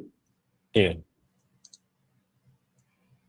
Yes, generally police need probable cause to search a vehicle without a warrant. This means they need reasonable belief based on specific facts that the vehicle contains contraband or evidence of a crime. However, there are exceptions such as consent, exigent circumstances, or if a search is incident to a lawful arrest. Is that what you were looking for? Yeah. Can y'all hear me or no? Yeah, we hear you. Yeah. Jay, every day you were asking about do they need probable cause? I was at, look, as far as probable cause, as far as like, okay, suspicion could be whatever. Like it could be whatever. Like, that's vague to me. Is that not vague? Like, oh, I saw him pull. I don't know. Like that seems very vague. It doesn't seem like anything to warrant. So then once I suspect this person, like, okay, if I'm riding around Burr Ridge, right? And then, well, I suspect he doesn't live here or whatever it is. And then all of a sudden that leads to something else. It's like, oh, well, that officer was doing a good job. Well, no, really, it was really profiling. That's what suspicion is to me, is profiling. Cultivate said, I'm sorry, go ahead. Mm-hmm. No, go ahead. You can read her. Cultivate said, I'm very respectful every time I get pulled over. The goal is to go home and I don't want no smoke. Facts. If you feel like injustice has been done wrong or you've been done wrong in an interaction, there's other ways to handle it. OG said. So the other ways you handle it is you go to court, right? You sue. They get sued. They do it to the next person. You sue again. So what's happening to that cop? It's taxpayers' dollars, bro. We gotta waste taxpayers' dollars instead of proper training. Instead of getting these dudes together, we gotta waste taxpayers' dollars. And my point exactly. Nothing happens to the cop. Cop keep doing this shit over until he kills someone. And maybe something happened on the first killing, but damn sure not for sure. I need to kill somebody again. When he could have stopped a long time ago. Police officers killing people is such a rarity. It's crazy how people hold on to that, and they don't factor in the amount of what they call it, stops that don't end up in violence. Like that's so rare. End up in violence. It shouldn't be none killed. One is too many. And I don't disagree with that. I'm saying if you're going to factor in one thing, you got to factor in the other thing as well. So if you have 1,000 interactions and 10 of them end up in violence, yes, the 10 are bad and it needs to be examined. But people are, regardless of training, because they're not just hiring these people and throwing them on the streets. Yeah, they are. Yeah, they are, bro. They ain't going through no training at all. We have police training, right? But I think there's levels of police training. There are certain cities. Look up the city of Memphis, right? Look at how old you have to be as a police officer in Memphis. All right, look at there's certain criteria. Like before, back in the day, like you at least had to have like associate's degree. Associate, yeah, you had to have now you just have to have 60 hours, 60 credit hours or some shit. GED, so you got to show that you went to college a little bit. If that's the case, I can be to me, it's just that. To me, it's just that people who just go to work every day and be on the up and up, don't be on no bullshit, and then you get pulled over, and motherfuckers just do you any kind of way. Okay, let's just go back to this. Why do you have so many people that dislike the police if they're so good? Because that's the popular thing to hold on to. Huh? That's the popular thing to hold on to. Ain't no hell. Okay, you're right. I don't think you have to like or dislike the police. They're there to do a job, right? Just like the job that I do. I don't think niggas gotta like me or dislike me. I'm here to do the job. You see what I'm saying? So do the job, because when you don't do your job correctly, Spaces, what would happen to you if you don't do your job correctly? If you do too, eventually get fired. Right, exactly. Marl, if you don't do your job correctly, what would happen? Other people are dying. I'm going to jail. Exactly. Like this shit, that's simple. Like, but when it comes to them, it's like, oh well, And, I mean, this dude apparently, and just to bring it full circle, because we started about talking about the officer who killed the other officer, right? He's been a part of two killings. He's been a part of that. And then one is supposedly a friendly fire? Nah, bro, I can't go for that. Now, I mean, is shooting by cop, is that a random, not random, but a low occurrence? I think so, right? Because I think a lot of the cops really, they just out there for a paycheck themselves. But I think the overly aggressive cops, the ones that are overly aggressive, those are the ones, like the really bad ones, I would say. If you hear Tupac's, right? Those are the ones committing the crimes and committing the certain occurrences. Okay, so to become to become an officer in Memphis, you must be at least 21 years old upon completion of a police basic training program. Additionally, you cannot have a felony convictions or have pled guilty to any felony charges. Let's, now you 21, you think you can handle that? So it sounds like the issue isn't with the police themselves, it's with the process. Well, they're part of the process. I mean, your training dictates how this is basically gonna go. Anytime something bad happens, they say, well, it was a lack of training. You remember, police need more training. Well, this is always what they say, police need more training. And I got a 21-year-old out there, this nigga fresh out his mama coochie. You see what I'm saying? Like, he's a young buck. He ain't been through shit. Ain't been through nothing. And you're expecting him to do certain things. So you're saying that the age to be a police officer should be higher? I think it should be higher. I think there should be. 24, I didn't hear anything 25. about any education. I do believe that you should have some type of. Honestly, you should have some type of degree in it. It could be a basic associate's degree, but it needs to be in that field. So you can just kind of get an idea. If we're just hiring people that's 21, and just because they don't have any felonies and criminal history or whatever, like, to me, that's anybody can. Nigga, you could be nigga need to go through truck driver. He can go through psychological too, because he can. The only reason some people want to be cops is because they got bullied in high school. Now they want some power. That's a lot of time. A lot of times you hear a lot of stories about, like, you ask them, just ask cops their background and just have like general conversation. Oh, I used to be this high school. They just didn't used to like me, and motherfucker be like, oh, he bullied this, and then now you want to be the bully. That happens a lot too. It's a lot of psychological things that go with it. But just like I'm going to keep saying till I'm blue in the face, for you to keep saying that these cops is not like no wrong, need to take their feelings out of it, it's just, to me, right?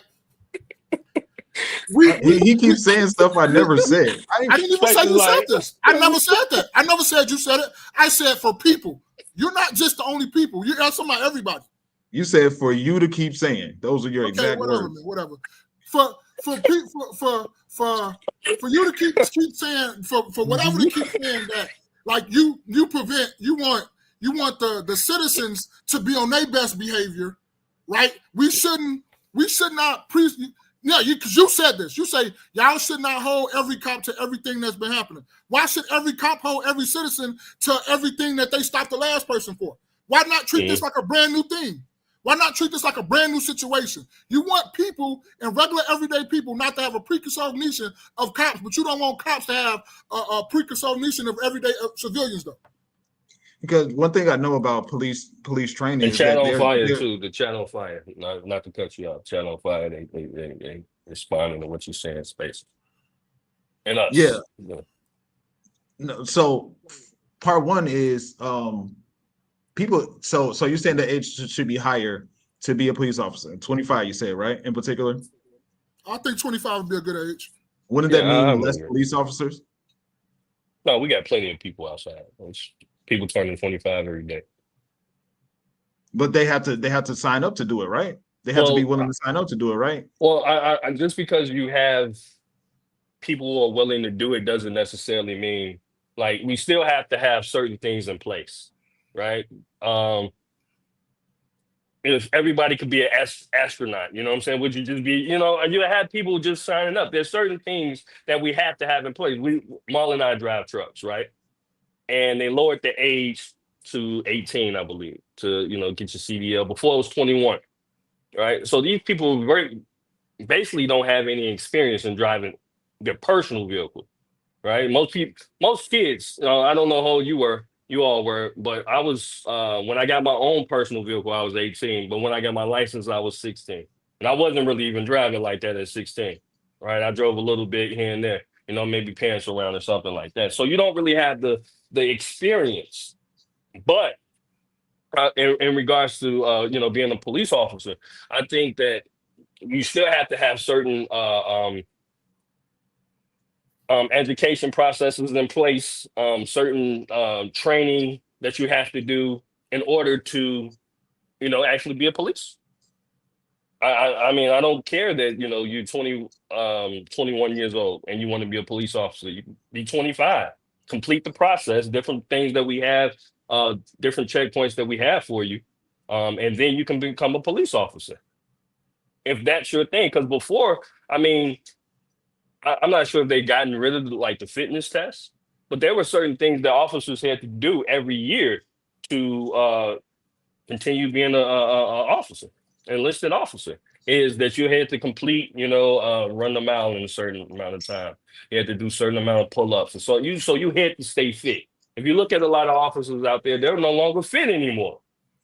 So we're consistently lowering the bar, right? Just because we can have so many people, because we feel like anybody can do this job. And when you feel like anybody can do the job, this is where you get mistakes. Is basically what I'm saying. You get people who haven't really been in situations. I don't disagree with there being certain requirements. I agree that in particular, I've seen people that were in the military in particular talk about how they had to lower the standards in order for certain people to get in. The to your point, the physical requirements for people to be able to get into the military, they lowered it. You got to run, instead of running a mile in 12 minutes or 11 minutes, now you can run it in 15. Instead of mile in doing 15 minutes is crazy. or 12 is whatever it already is. crazy. No, I'm just saying, like 12 minutes or mile, bro. Like, you know what I mean? Can you guys remember back in high school, like what you got? I don't know if y'all remember, but I know I was running a mile at least in 7 minutes, 7, 8, whatever. But I'm just saying, the 12-minute mile, and you supposed to be chasing people, and you supposed. I see why a lot of them end in shootings. You can't catch them. You can't catch them. You're not physically fit. You We gotta want people. You gotta want people that want to be in this job, that love the job. I don't care what it is. You gotta love what you do, right? Because a lot of the police, since you lowered the standards, you get a lot of people that's there just for a paycheck. I can speak about trucking because that's the industry I'm in. We've lowered the standard. You get a lot of young people that see, oh, they make a couple dollars or whatever. So I'm gonna do that. That's that. But you don't love the job. You don't have the training. So we have people out here that make these, and just real quick, then you'll have people that maybe got into the game when they were younger. They consistently made mistakes, and then they become older. They become older, consistently making those same mistakes they made when they were younger, and nobody has corrected them. And then shit blows up and go out of hand, and now we're talking about it. Cultivate said the county I work for, its lieutenant said he purposely hires the underdog because he said he wants to give them a chance so it's safe. He hires inexperienced non-degree people. Okay. That's not smart, I don't think. So this says here, I just Googled what percentage of police stops end in violence. Let me make it smart. Okay. So a very small percentage of police stops actually escalate to violence, while traffic stops are a common form of police-citizen contact. Data shows that the vast majority of these encounters do not involve violence. Specifically, less than 2% of stops result in the use of force or threat of force. So that's what I mean when I say the absolute majority of the police to citizen interactions do not end in violence. People just hold on to the minority of the situations. And granted, yes, there are a lot of situations where police officer is trying to exude dominance over somebody. It goes left, and unfortunately, most specifically, the police officer, the citizen, a lot of times the citizen dies. But I know I've had my fair share of interactions with the police, and I either it either went smoothly and I just got my ticket and dealt with whatever I had to deal with it, or the police officer just said, all right, we'll let you go. It's because of how I was carrying myself. A lot of people, OG said, and we said y'all said on here, that's their job. That's their job. I forget what he said in particular. Oh, he said the officer's job is to keep interactions from escalation. Okay, he's trying to do his job and investigate the situation, but he got 20 people. Do your job. Do your job.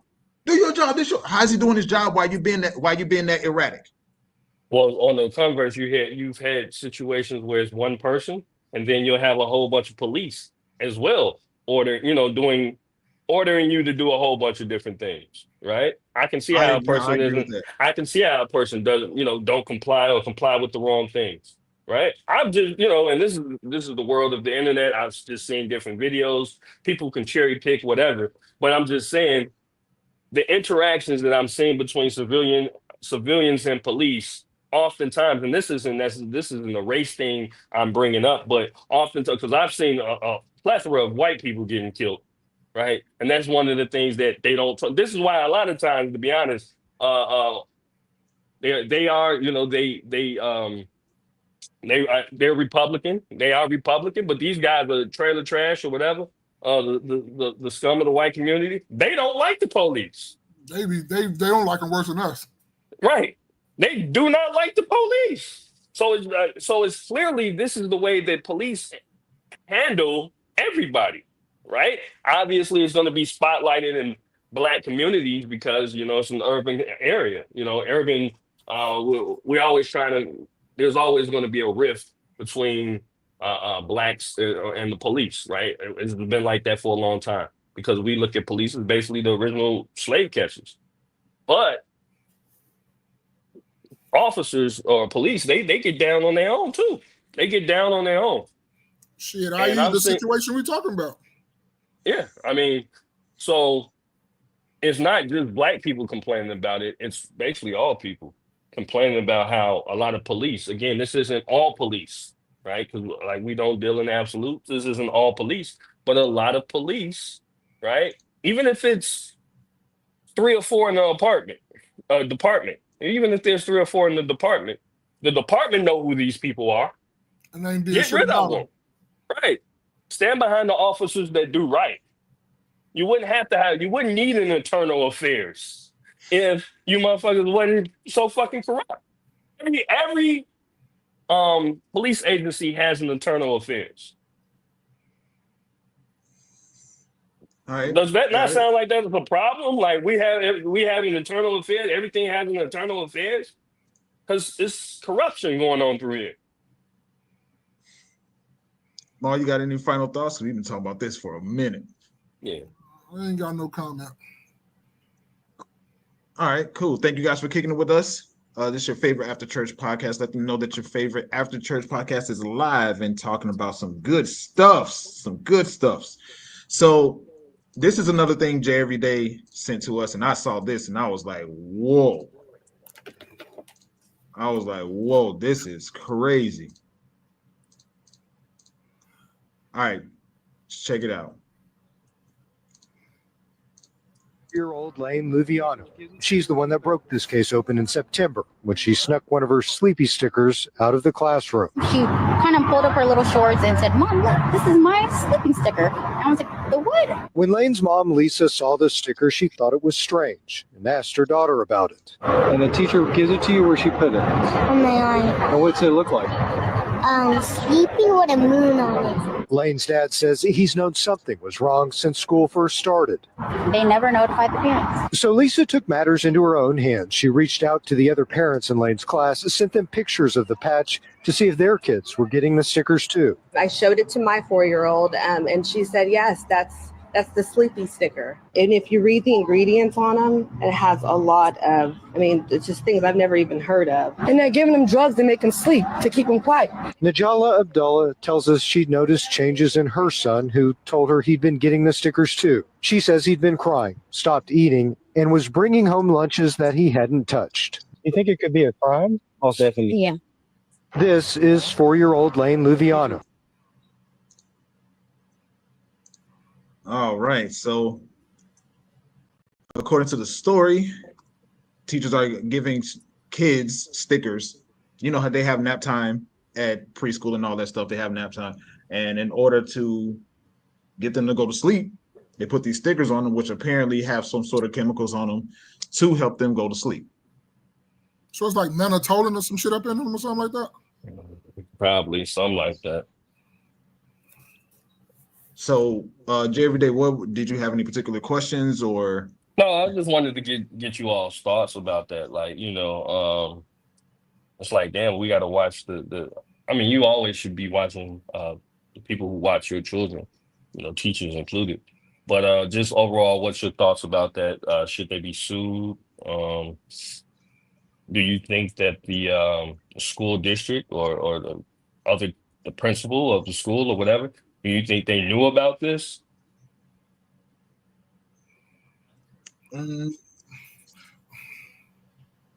It's tough to say. In one hand, it's like you want to say yes and no at the same time, because it's like how did they not know? How could the principal or people above the teachers not know that this was happening? Mm-hmm. It's like that seems like something that if it's being used across the class, at least one classroom, they had to be talking about it around the principal at some point. Yeah. Like I'm willing to bet that when they have lunchtime or whenever the kids are asleep or whenever the teachers congregate together, they'll say those stickers saved my life, or they celebrating the fact that the kids saved my life is crazy. Well, saved my day. They made my day better. Instead of the kids, fighting their sleep or me having to try to coerce them into sleep, I just put this sticker on them and it's over. And they knocked out for who knows how long. So again, teachers not doing their job. And then not and then on the other their end, job is to teach. on the other end, you want to say on the other end, you want to say no, because it's like I hope that the principal didn't know about this and they still didn't do anything about it. Right. I hope that these teachers were not drugging these kids and the principal just allowed it to happen. That's what it was, drugging. You're right. It's exactly, but that's all I got for now.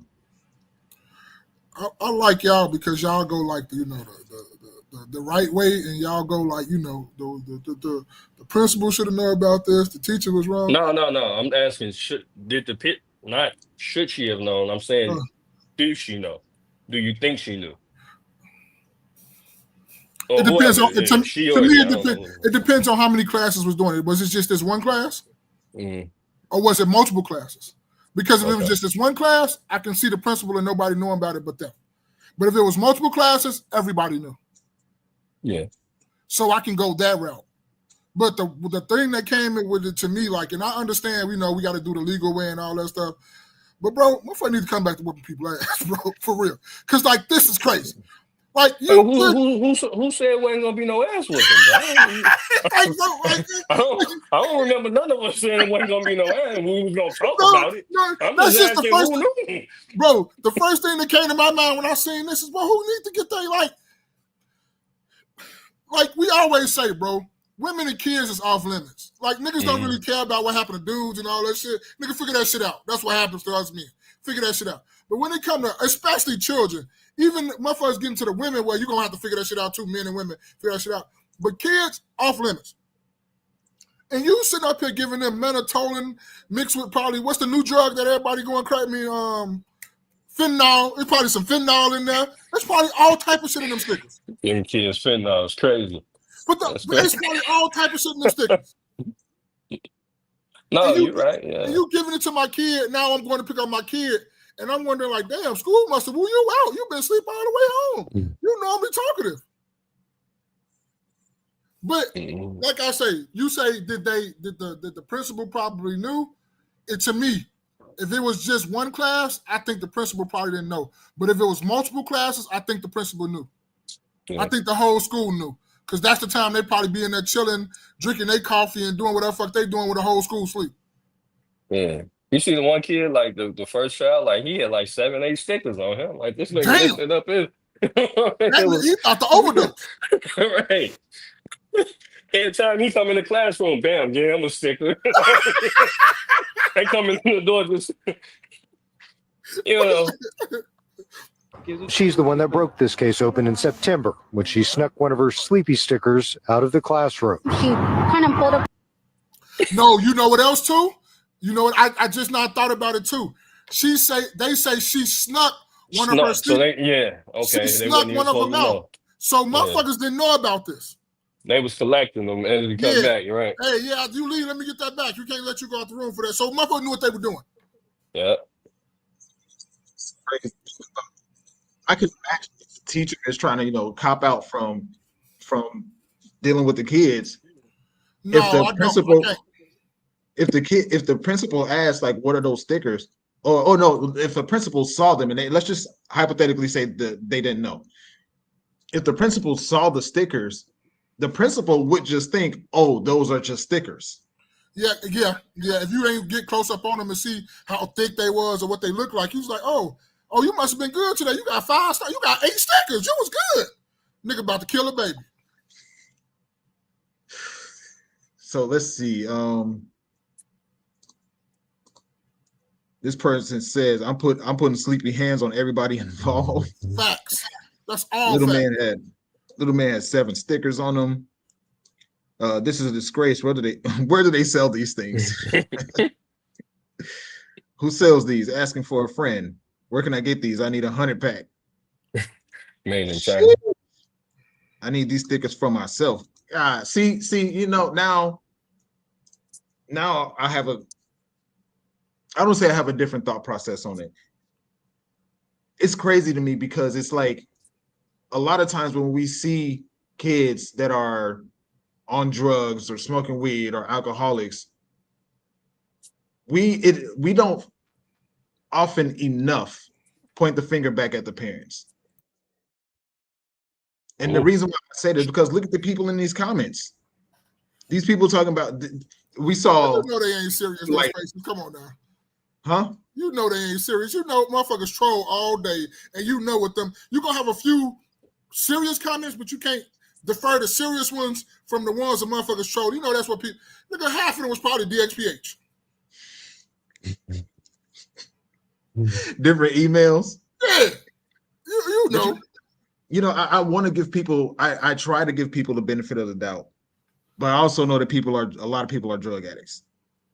Like a lot of people, I saw a picture of an alcoholic drink on Facebook and I saved it. I keep meaning to bring it up and show y'all, but it's, you know how like you go to Chili's or something and they'll have a margarita, but the Corona inside of the, like tipped upside down inside of the drink. Yeah. This one drink had like 5 different liquors in it. You built up typically you ain't even supposed to mix air quotes light and dark liquor. Yeah. But you got in this one drink, you have 5-6 different types of liquor. Well, how often do you drink? What kind of liver do you have to where you need all of this to make you feel satisfied? I try to give people the benefit of the doubt, but people are out here wild, bro. I've seen people give their kids cigarettes. Really? Where you be at? What'd you say? I said, where you be at? No, asking for a friend. No, man, but this is wild though. It's wild because like this goes back to what y'all were saying with the cops. A lot of people out here just don't want to do their jobs. Yeah. A lot of people don't want to do their jobs, and it's sad because it's one thing to do something like this to an adult. Adult has certain levels of discernment. Adult knows when, like, okay, I don't feel right. All the kids feel is I just feel sleepy. This is taking advantage of the innocence of kids, and it's actually disgusting. Look at OG, where you hang out. He also asked, why do they have to sleep? Quiet time does not mean they have to sleep. What do you think about that? Because I've always known nap time to be a part of preschool/kindergarten. Yeah, but even then it was maybe some warm milk and a cookie or some shit. They weren't and they weren't giving you a melatonin patch.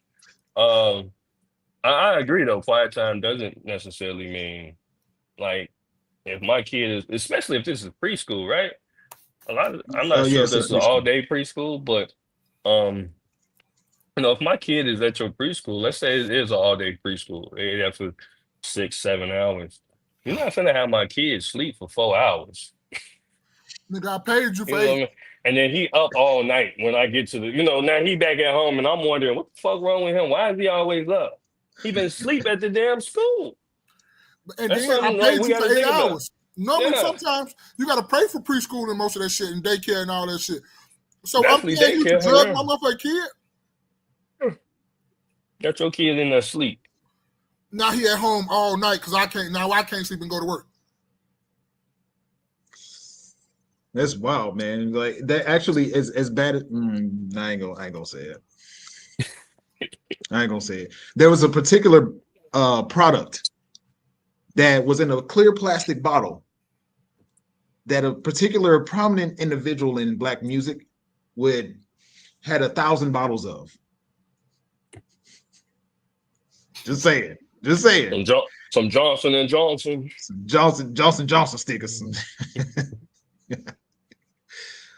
But yeah, man. What other thoughts y'all got on that, man? I think it's ridiculous. And I also, you know what? Actually, I was thinking about this because Ma asked the question, like, people trolling. Yes, there are some people that are trolls, 1,000%. I'm not taking that away by any means.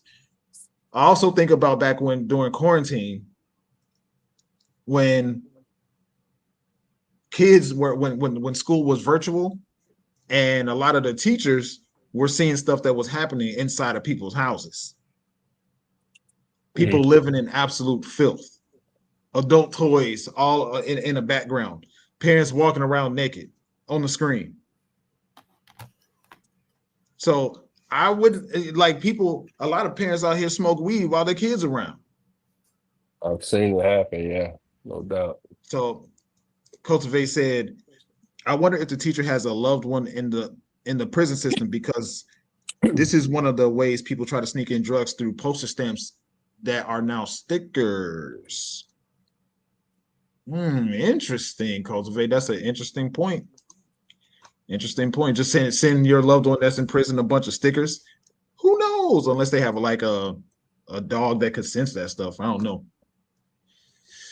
But it's absolute filth, man. It's absolutely disgusting. There's a lot of people out here that are just generally bad people and don't want to do the basic aspects of the job. That's what irritates me. The basic aspects of your job. Like you want to go home and chill at home and then come to work, drug these people's kids and chill at work. And gossip. Like my kids in preschool and they still don't know the basic ABCs. That's what literally what your whole thing is for. One, I ain't gonna lie, to babysit while I'm at work, but babysit and teach while I'm at work. Then you're teaching them how to color inside the lines, like the whole preschool is 4 hours, bro. Yeah, preschool, unless it's an all day preschool, I thought it was 6. do you Oh, you know what? eight to 12? 8 to 12? I mean, they have all day preschools, but a lot of the preschools was like 8 to 12 or some shit. 8 to 12:30. Let's see. Wow. I just typed in how long is preschool on average. It said 2.5 to 8 hours. Yeah. This say on average 2.5 to 8 hours. That's a big ass average, man. Like you can't get two numbers, bro. You can't say 7 to 8 or 6 to 8. Nigga, that's a big difference between 2 to 8, bro. Come on, man. So they got preschool for like 3-year-olds, right? So they got K3, or I don't know if that's part, but then they got the preschool, which is for 4-year-olds. So I know typically you would pay for the all day kindergarten thing, or not kindergarten, but preschool. But I think there are programs, whatever, where your kids can be in preschool all day. But I think it's a shame. At the end of the day, I do think it's a shame. Because can you guys recall back to when you all were in preschool? Did you go to preschool? Did you go right in the first grade? What kind of niggas was? What kind of children was we? We wasn't niggas yet. We were children. Oh, so you will agree that you're a nigga now? You said yeah. Yeah, all right. See, if you would have went to preschool, you wouldn't have been a nigga. See, me, I'm not no nigga. You know what I'm saying? I went to preschool. Actually, I'm gonna tell you, I went to Head Start. You know what I mean? We was all. I went to all that. I went to daycare to Head Start to preschool. Is a day? Yeah, daycare. Yeah. That's what I did. I remember my uncle coming to get me all the time too. I remember that. But we did shit, man. We painted. You know, we sang. It was music. This is when they had music class and stuff. We took walks around the school and shit. We walked around. That's what it was. You let the kids go outside and run around, and that was what's gonna make them tired. Yeah, we had to. Right? We had to hold on to hit them with the patches. Yeah, we had to hold on to the little rope while we walked around the school and stuff. You know, you better not let go of that rope, or that's your ass. Yeah, that was the other people class. That was the slow people class. Look at them holding that rope. you wasn't just out there walking by yourself. I'm not trying to hear that. You had to hold the rope too. It was called standing in line, and you walk behind each other. No, because we had to cross the street and stuff too. Because we was walking around the school and shit. What y'all crossing the street for? We walking around. You cross the street and all that other side. We was going across the street to the park. Oh, so y'all was amazing. Florida City Elementary, because it was Florida City Elementary, and then the park Florida City was across the street too as well. So we used to walk across the street to the park. No, okay, I understand. I understand why y'all was holding the ropes.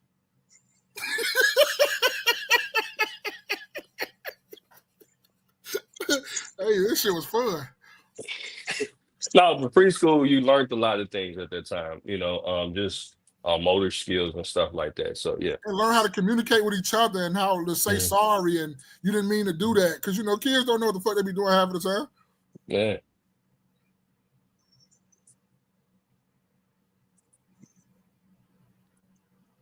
Space.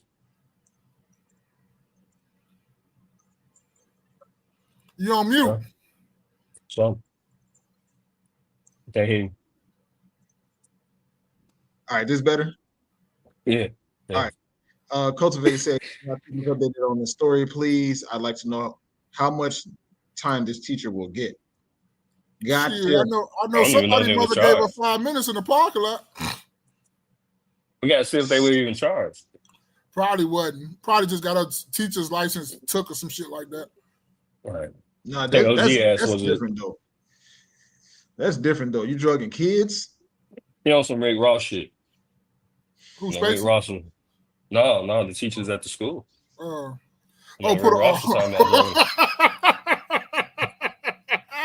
he put Molly all in their stickers. They ain't even know it. He put Molly all in their stickers. They ain't even know it. Yeah, I'm not sure. Was this daycare or preschool? Preschool. I think it said preschool. Yeah, I think it said preschool on the thing. All right. Thank you guys for kicking it with us. Make sure you hit the like button. Thank you for kicking it with your favorite after church podcast. Share this with someone. Let them know that they were live and having great conversation today. Now, this is something Maul sent to us, and I couldn't wait. For him to come back so we can talk about this. I sent this. That's been a long time if I sent this shit, because I ain't sent none in a minute. Wow. All right, let's check it out. Establish a place where we have control over who our neighbors are, and that is just for the sake of preserving, our culture. And that culture effectively was saying, this is a white culture, a whites-only place. White American culture. Over the last year and a half, high up in the Ozark Hills in the state of Arkansas, dozens of people have been working hard, leveling the land. They call it an intentional community based around shared ancestry, a long-winded way of saying something really quite simple. I think we would generally be called far right, sure. It's called Return to the Land, and they invited me in. A lot of people are going to be, why are you making Nazi references? Right. Well, why wouldn't I? A seemingly bucolic and sometimes surreal experience. But this is built on a radical modern premise, made possible because of a new political and technological moment. One with strong ties to the most active far-right groups in the US. Instead of taking to the streets, they are building their own, for generations to come. It's important for me to do this for my ancestors, my friends, my family, my children, my children's children. But in this southern US state, people who have lived through segregation once fear it is returning. When you hear things like that, it causes you to be fearful, and you don't know who to trust. Its founder says he is building a fortress for the white race. It's a racial association. I kind of want to ask you, after seeing this, do you think what we're doing is immoral?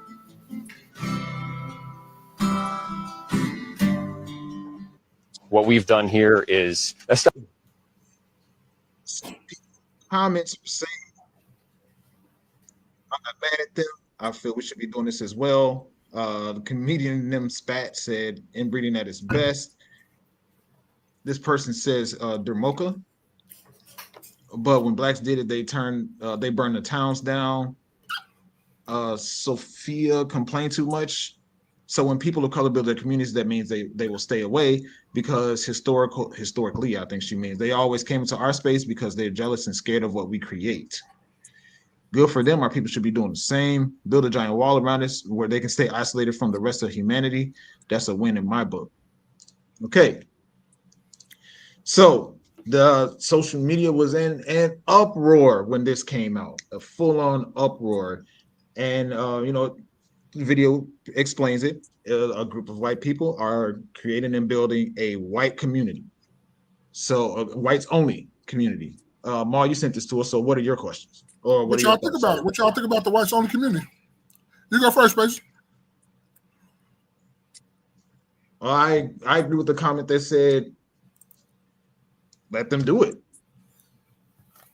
I don't really see a full-on, I don't see a problem with it.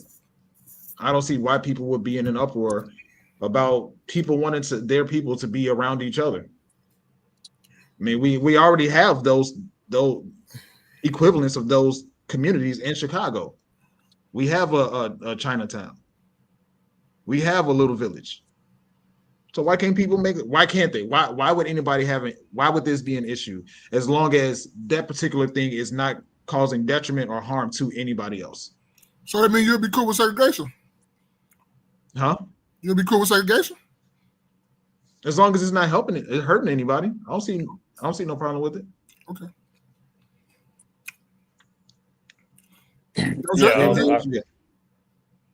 Personally, I don't have any problem with it.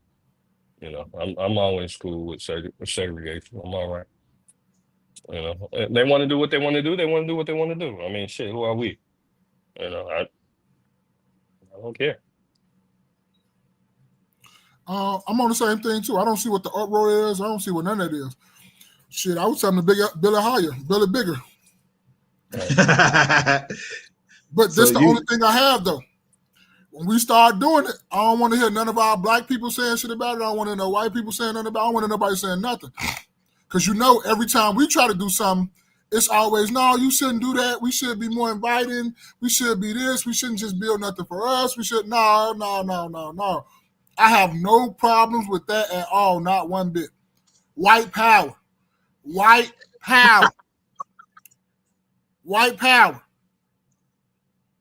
I'm with it. White power. Get you niggers from around here. White power. So what do you think the racist element comes from that people are so attached to? I'm with all that. Long as you ain't trying, like, the thing that get me with white people the most is when black folks do it, and when we did do it in the past, they always destroy it. They always destroy it. They don't destroy nobody else's shit, but they destroy our shit. Every time we get to building something like that or something going right, they want to destroy our shit. So just leave our stuff alone. If we're going to build it and we're going to do it, because as soon as you start doing it, I guarantee you, white folks ain't going for that shit. They're going to tear that shit down. soon as we try to Black- build something, they're gonna find some way to tear it down. Or you're saying if black people do the same thing? No, I said if black people do what them white folks doing it, and it went on the internet and it went viral, white folks will find a way to tear it down and bomb it. That's a fact. They not gonna just let us just do what we want to do and do our own thing. It's not gonna happen. Do you think so? You think that's true, Jay? Everyday? Yeah, I mean, history says so. I mean, history, he's siding on the side of history. I think the whole reason for segregate or desegregation is really to keep black people from really not having their own, right? At that time when you know, we had our own bus companies, we had our own taxi companies, movie theaters, all, you know, the whole nine. You had Black Wall Street, but Black Wall Street wasn't the only quote unquote Black Wall Street. You had different towns throughout America, especially the South, in the North too, where you had black people thriving and doing their own thing. And at a certain point, they're always, I mean, if it wasn't through violence, it was through some type of regulation or something where we E-way, need, you know, E-way, interstate, right? Eminent domain 290, or something like I-10, that. I-20. When they found the way to, you know, get that land up off you. So I think, you know, Maul has a point that, you know, even if we do decide to, you know, have a quote unquote black Mecca or something like that, they'll find a way to sabotage it. And it ain't even just white folks neither. You got some niggers that'll be on that same train too. Talking about y'all shouldn't be doing that. Well, they're gonna be the ones who's used to help sabotage. Yeah, them niggers like that, you know. We just got them talking about one. And then we got them twins that's over there too. You got ones that married to white people too. You got women over there too. Famous, you know, internet for women that'll do the same thing. You got them too. That's why you gotta get rid of them motherfuckers first. They gotta go. What do you mean by that?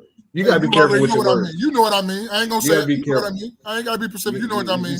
They gotta go. YouTube still watching. They gotta go. They gotta go to Mars. Ain't they for the move to Mars? I don't even know what happened. What happened? They gotta move to Mars. Well, he's talking about Candace Owens and Officer Tatum. I ain't say nobody name. I said you ain't have to say no names. I ain't say no names. I know what I said. I said them certain people who be on the internet, they have to go. They have to go to Mars with the white folks, where the white folks gonna be at. The other white folks, whatever. I come from a different angle with that. I think there's a difference in speaking on what's going on versus that being your rhetoric and you're living otherwise.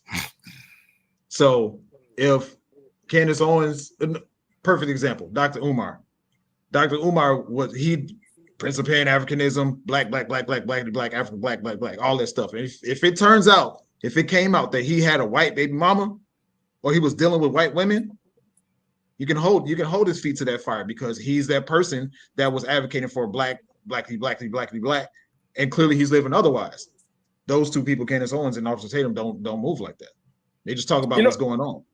You know what? I guess my only issue, not necessarily even with Candace Owens, but with Officer Tatum is like, I guess you could use Candace Owens as well, but is like you know who your demographic is, right? So we talk about black, you know, what's the point of talking about black issues to white people?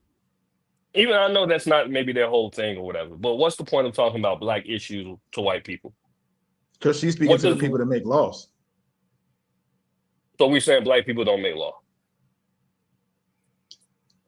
Because if you're speaking to people that make law, I'm just saying, because if you're speaking to people that make law, you have a platform. So your platform isn't directed to the people that make laws. You would be down there lobbying. She does. Right, but I'm saying your platform where you're live and you're talking to people on YouTube, you're not just talking. I'm pretty sure the people that you're lobbying to aren't watching your YouTube page. That's the reason why you go down there and lobby, right? Or Officer Tatum, right? Officer Tatum, if we're talking about things that happen with, you know, the officers, police officers in the black community, right? But the majority of the people that you're talking to is white. I don't see what we're trying to accomplish here. So what's the goal? Like what I'm asking is what's the goal? Because it comes off as pandering to a certain demographic. That's what it comes off to me. I'll call it down the middle. You know what I mean? I call shit down the middle because I really don't care. But it's just like, who's your demographic? Who are you trying to talk to get on board with you? Are you saying, see the black people over here are wrong? And just like I said on the timer, is there any time where black people are right that you speak on your platform about? Is there any time? Because I'm not an avid listener of Officer Tatum, but anytime that I have, because I've listened to more than my fair share of them, right? Because I do listen to AM radio, specifically AM. I think they come on AM 560, right, in Chicago. So I don't ever hear him speaking about, maybe the good or maybe something wrong that the officers have done, have wronged the black person. And again, that's me. I've been knowing of Officer Tatum for years. Like, I know a lot of people just kind of got on board. I've been knowing of Officer Tatum for years. I've been hearing him speak, and I don't mind his perspective, but it's also like, who are we? You're as a black officer, or ex police officer, as a black person. Who are you trying to get? Who are you? Who are you trying to get to listen to you? You know what I mean? Is it white people essentially? Are you trying to get the kudos of white people? Like, because I just don't understand. I think I listened to both of them, and I don't want to derail because we got to talk about the subject at hand. We got one more if you guys got time. Yeah. But I know I can say that I listened to them both. And to answer your question, who are you? It's kind of, I hate to answer a question with a question, but I kind of have to in this sense. It's like you say, who are you trying to talk to, or who are you? Who are you trying to appease? Like, yeah.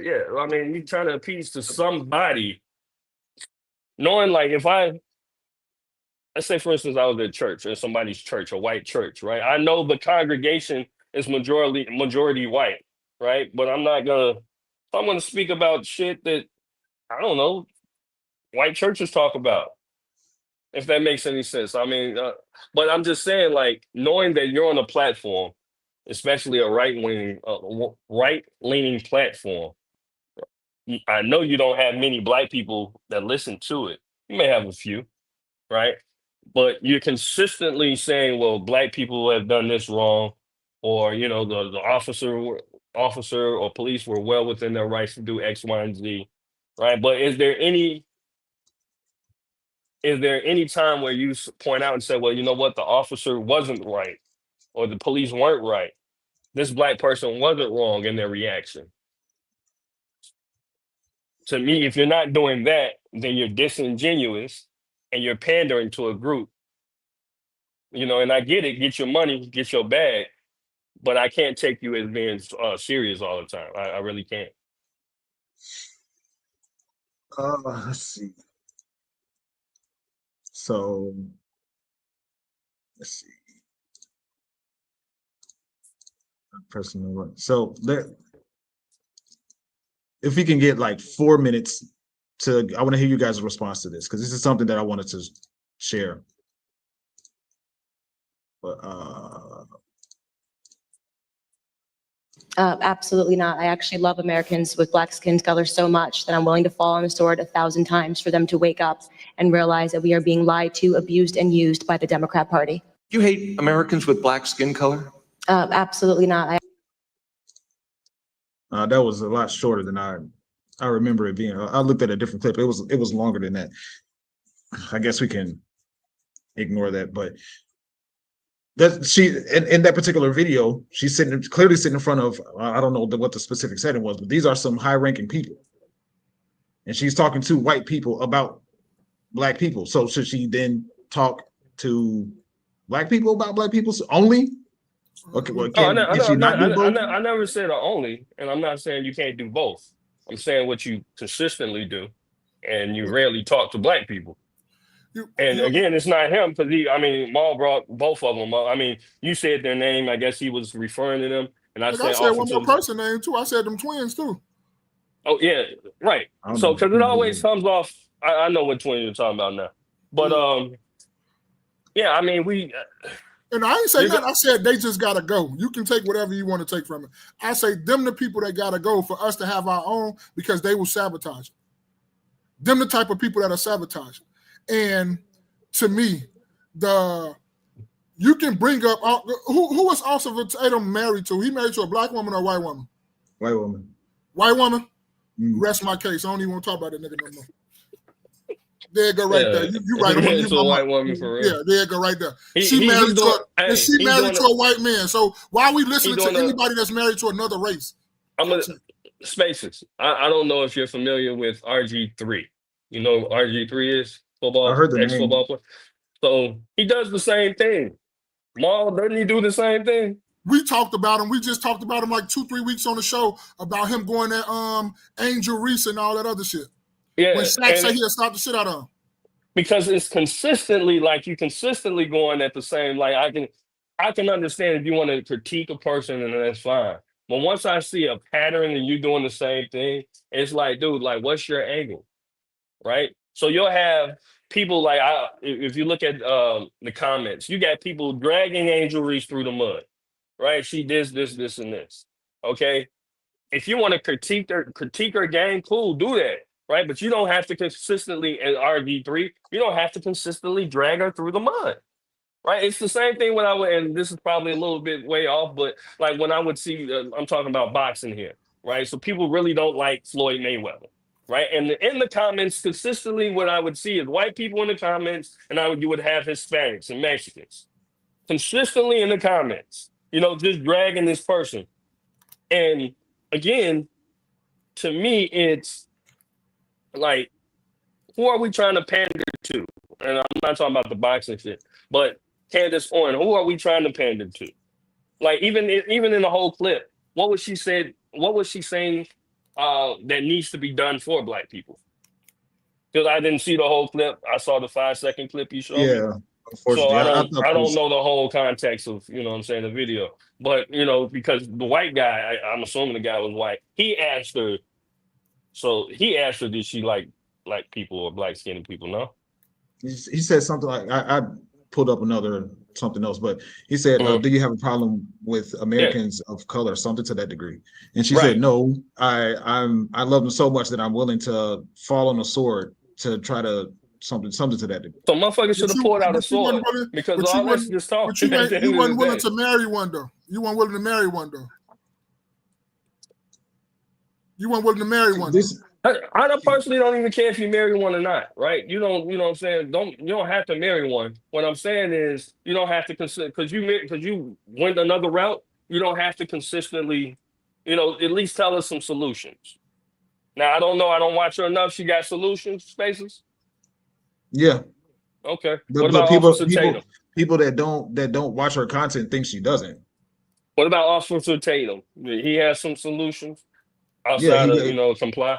Yeah, do what the motherfucking police officers tell you to do. That's it. Yeah. Okay. If everything don't listen to the police officers at all. Then.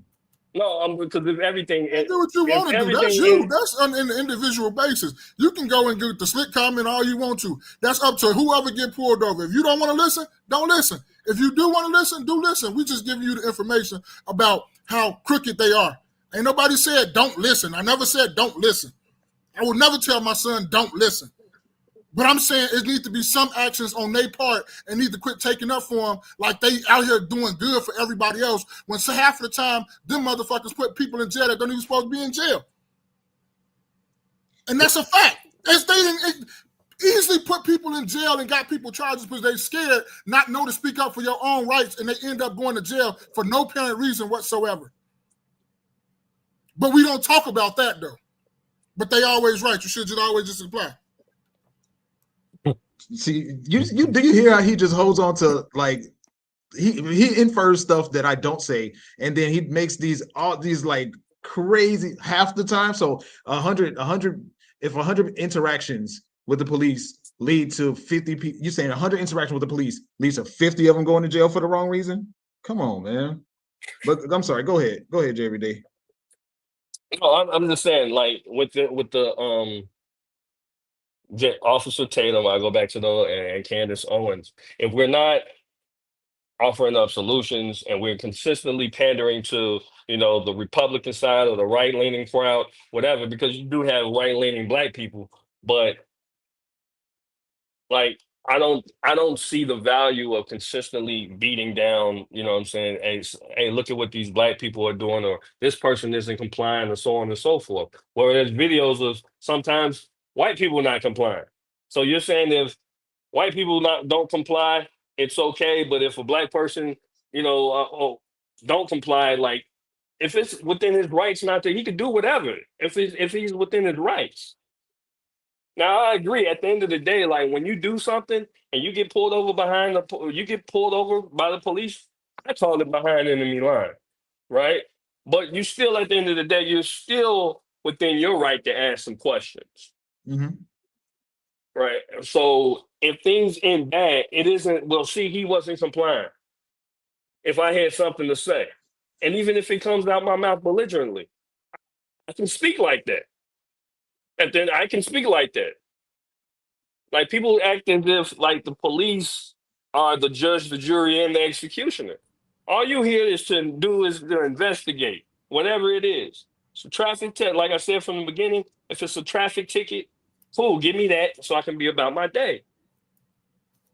And that's all I'm saying. But again, these guys, they're on these right-leaning programs, and I'm trying to figure out like why do we keep hovering about what black people are doing? So let me show you this. This is her YouTube page. Mm-hmm. Epstein files. White people on the thumbnail. White people on the thumbnail. All across here. You see Diddy there, but white people on the thumbnail. She talks about white people the most. Of course, because she's Republican, no? So she's going to talk about the Democrats, right? No, because she's talking about Trump too. Okay. So she's talking about everything. She's talking about everybody. So people only try to hold on. Synopsis. I'm just curious because I'm not even trying to back up. What is she talking about as far as Trump? She's talking about how she disagrees with how he's moving against Israel and Iran. Okay, that's not really talking about, but that's just a disagreement. I mean, that's just a quick 3-second response. Okay. But she's been vehemently disagreeing with how Trump has been moving in a lot of ways. Vehemently. Man, that nigga Trump, that presidency been good. This is the greatest this country ever been. What the fuck is she talking about? I don't know what the fuck that motherfucker talking about. This is the greatest this country ever been. And a man, wow, what the fuck she talking about, man? But I just wanted to put that, in the forefront so people can see. Her in particular, she barely talk. I don't say barely, because if it's something crazy, she's going to talk about it. But people only hold on to when she talks about black people. The absolute majority of the time, she's talking about white people. But I think, regardless of going back to the conversation, when it comes to the whites owned community or whites only community, and black people having their response to it, I don't think there's anything in 2025 that's currently stopping black people from having a legit community in the way that these people are moving. Yes, it is, white folks. You can say that all you want to. History has told it. History always repeats itself. They're not going to let you do what you think you're going to do, brother.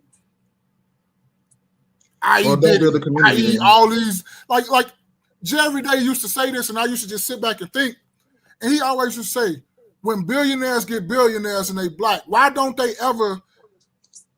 heritage ever go down to another black family or continue to do the black thing? Why does they always killed and they always degraded? They always lose all their money just before they clock up and get up out of here. Yeah, we were just talking about what's his name? Smith, last name Richard Smith. Richard, the black billionaire. You know what I'm talking about? I put it in the chat. I think I know who he is. Yeah. I think I know who he is because I think EYL had him on their podcast a lot. But he's under investigation as well. I'll tell you right now in a second. But go ahead. I'm sorry. But no, that's just me because spaces say it's nothing stopping us when it is though.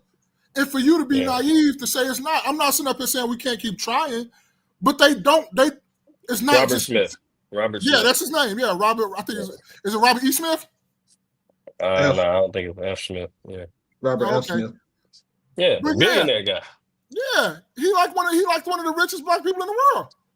And why? And I always used to just think about it. I never said he was wrong or anything when Jerry Day said, but I used to just think about it because I was always trying to I'm gonna prove him wrong. I'm gonna find somebody, and you can't find nobody. But even if you found one person, it's just like, damn, why is it only one person? You know, that's if him. you were able to, even if you were able to find one person, it's like, damn, why is it only one person who's able to pass his money down? Like, where's the black wealth? Like, this guy's a billionaire. He's married to a white woman, I believe. Shit, that shit going to white folks. That shit going to white folks.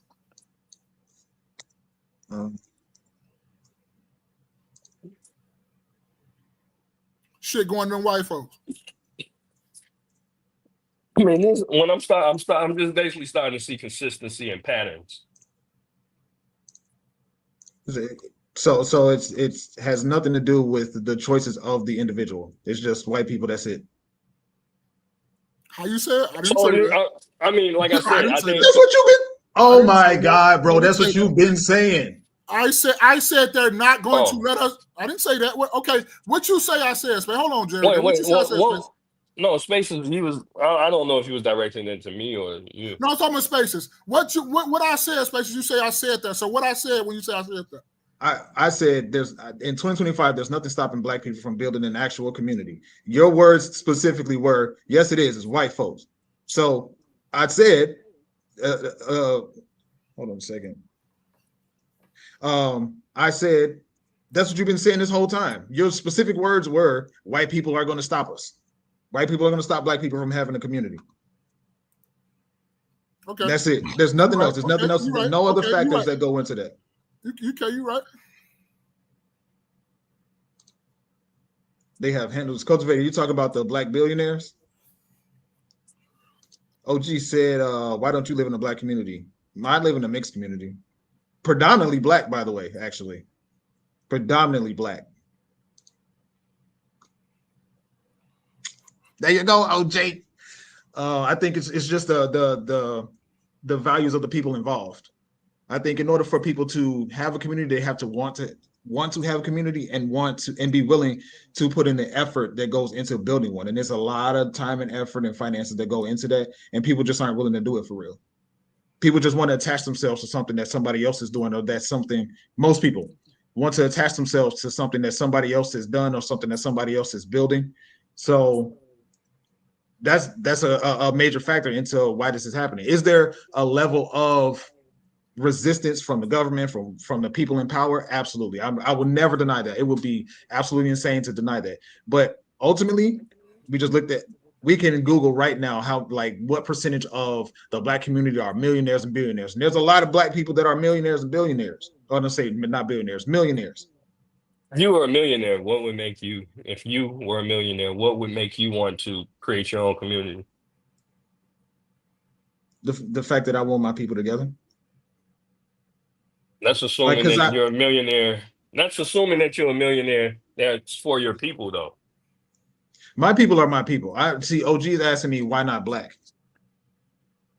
So that's what we're talking about essentially, right? Though I thought we were talking about black and white. I mean, at least that's what the thing was being showed. I mean, if you want whatever people to be in there, I'm simply asking, okay, if you were a millionaire, what would make you not want to live in a millionaire? Where the millionaires live? Because I don't care to do that. Like I care to make sure that as best I can to make sure that my people are good. So I don't necessarily need to. I won't make an effort to live amongst other millionaires, but I also, of course, won't continue living where I was. You gotta adjust how you live to me, it's smart to adjust your living situation to, I would say, to your finances, but ultimately I want my people are the people that rock with me, not the people that look like me, not the people that look like my skin color or similar to my skin color. That's not my people. My people are the people that I'm on this live with, that are my family, that are people that I interact with on a regular basis. Those are my people. So IG said, why not specifically black? Not all skin folk ain't kinfolk. That's why.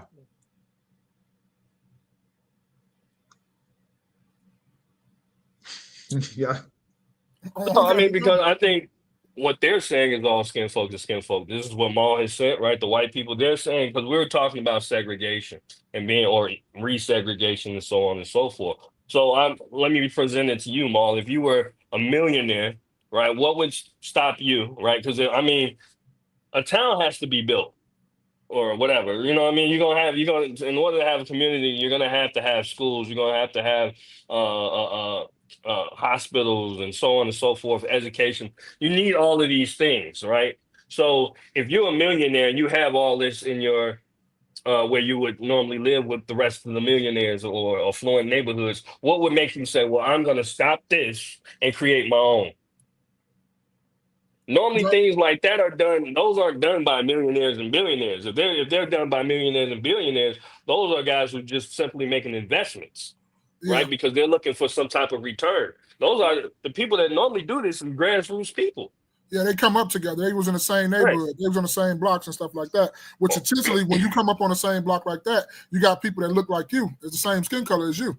That's who you're doing that with. So when you're a millionaire, you're not, unless you're just trying to go do something to have your legacy built the way you start building this own community in town, and you want to, because you got to be a little cocky to do that. A little cocky, a little arrogant. For you to be already living up here, and you got all this money, all this power, and for you to go like, you know what? I want to build and start my own little legacy of why I build a town, and it's nothing but black folks.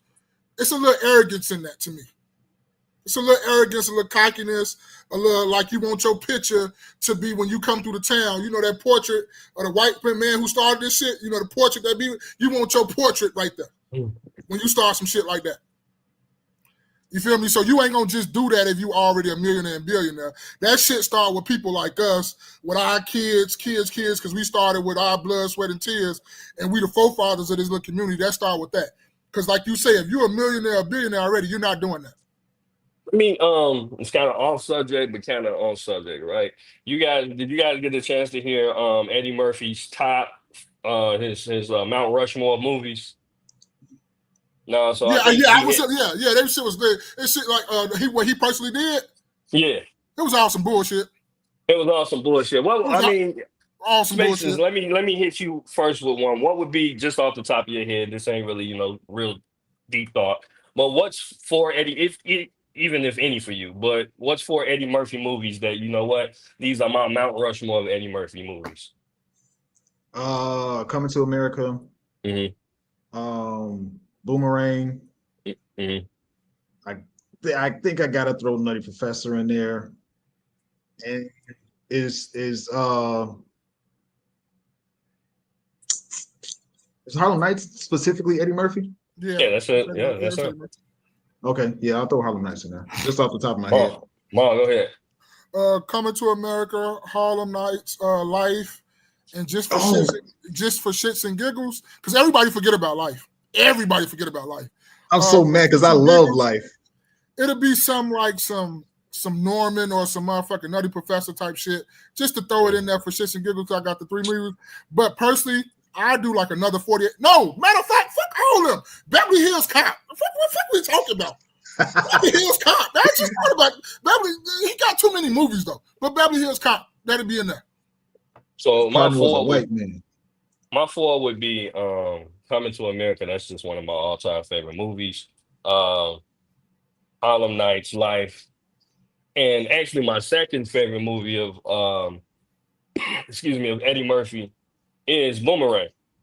Okay. And the reason I'm glad Spaces said Boomerang, because Boomerang, it showed black people in a positive light, you know what I'm saying, so to speak, right? It showed black people getting money, right? And according to Eddie Murphy, he was saying he had a lot of backlash on that movie because they were wondering, where's the white people? Who's running the office? He said, who's running the office? That's what he was saying. The white people were asking, well, who's running the office? You mean to tell me you black people weren't there working? And where's the white man? That's what he said. He was in the So they mail gave- room. What the fuck you supposed to be? Fuck is you talking about? So what he basically saying is like, and white people also had a problem with coming to America, not coming to America, the Cosby Show. Like that was one of the things, even though it seems like they didn't, but clearly they had to stick up their ass about the Cosby Show. A lot of times they don't want to see, again, this isn't every white person, but the majority do not like to see black people doing well. Do not like to see black people, just being better off. And this is what I'm learning. Like white people don't mind helping you either, right? So they don't mind helping you, but as soon as you start doing good, they start mean mugging you. Nigga, you can be beside me, but you can't be on top of me.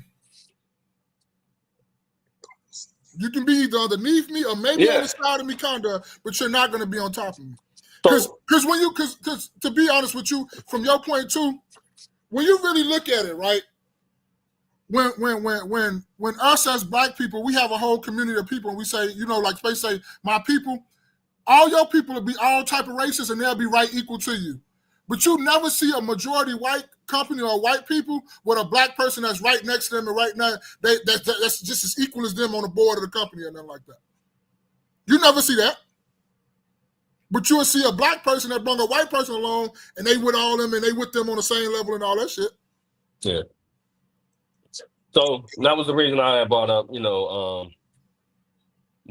I thought Boomerang was an incredible movie. It did show black success. You know what I'm saying? It also showed how, black, as a young black person, how black men specifically, how you handle, just certain situations within the relationship.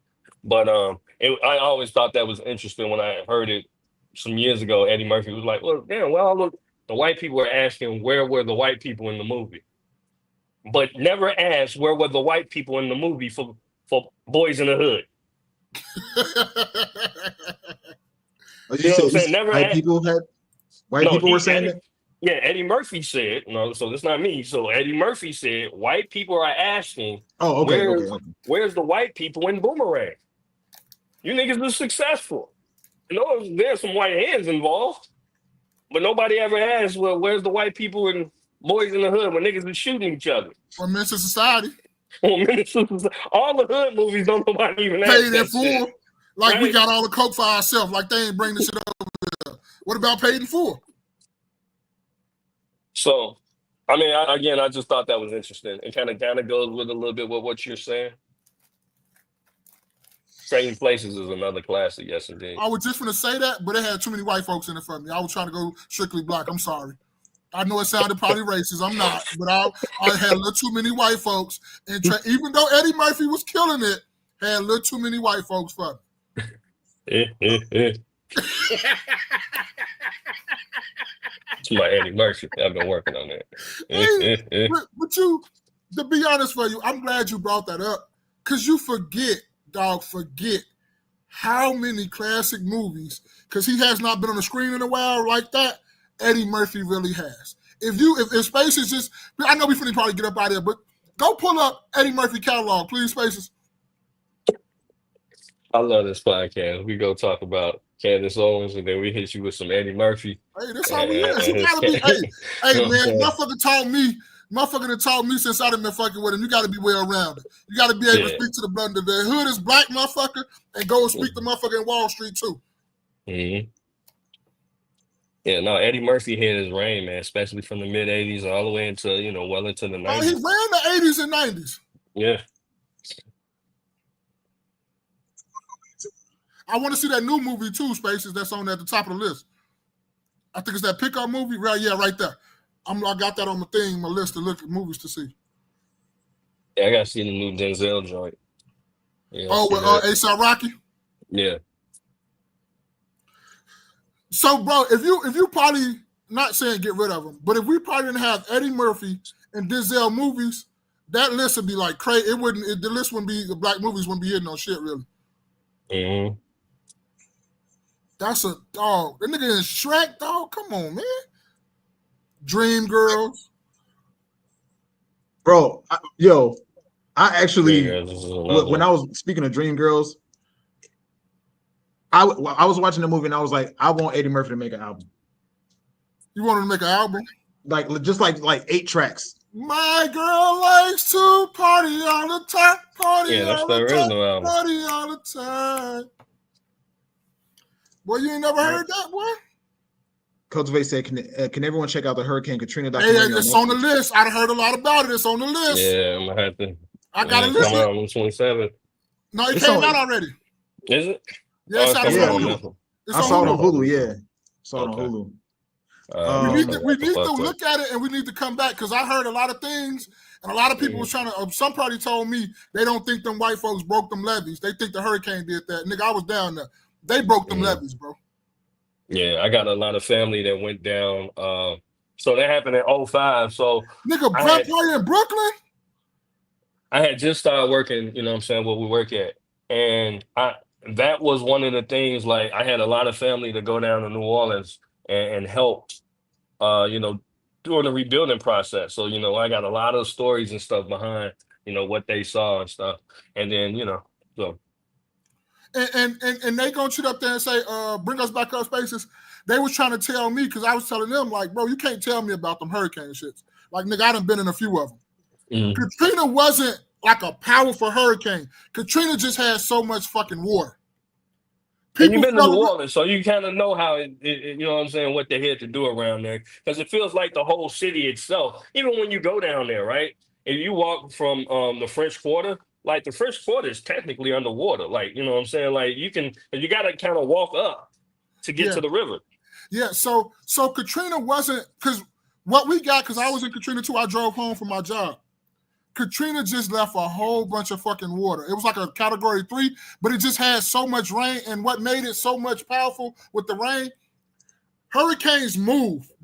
As they spinning of how many miles they going, the direction they moving in is like 10 to 15 miles per hour too, so it's moving through. Katrina just sat there with all the water and shit. It was dumping and dumping and dumping, so it didn't make no major, it's just the flood in the water. So I don't think Katrina actually broke the levees. It could have, but just my opinion, I think somebody blew them bitches up because it was the perfect opportunity to. And people gonna try to tell me, no, I think the hurricane, nigga, if you ain't been in a hurricane, don't come telling me about no motherfucking hurricane. I can tell you what else they blew up. What? You know, I ain't gonna say nothing. Oh, okay. But you know. We trying to come up in these YouTube streets. You know what I mean? But you know what I'm saying? They stand like that. You remember that?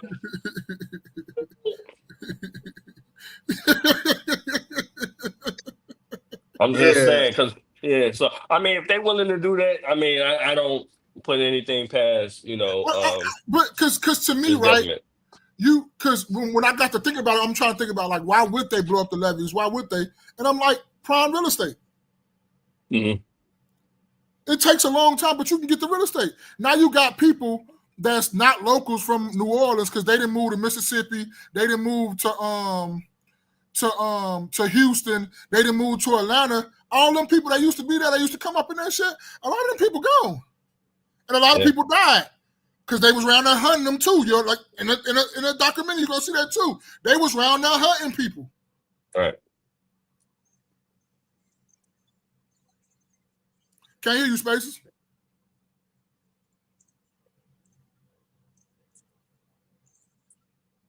Nope. Yeah, it's time for us to go. That's God telling us where we're trying to go. There you go. We hear you now. Yeah, man, I've been here 2.5. I really did want to talk about Dr. Umar, but we can figure that out some other time. Let him live for one more week. Yeah, man. You know what? We ain't got to talk about him right away because he wasn't getting his school done right away. You know what I'm saying? This nigga's been spending the money and doing whatever. So cultivate. What happened? Is it true that Jasmine Crack and Stephen Colbert are joining forces? If so, what are your thoughts, fellas? What's it, run for president? No, comedy. You know, Stephen Colbert got kicked off CBS. So they for the joint thing for a comedy? For what? What they doing? Yeah. Yeah, I don't know enough about it. Thank you. I'll research. It don't matter anyway. I'm gonna be off social media and everything for 6 months. Don't matter.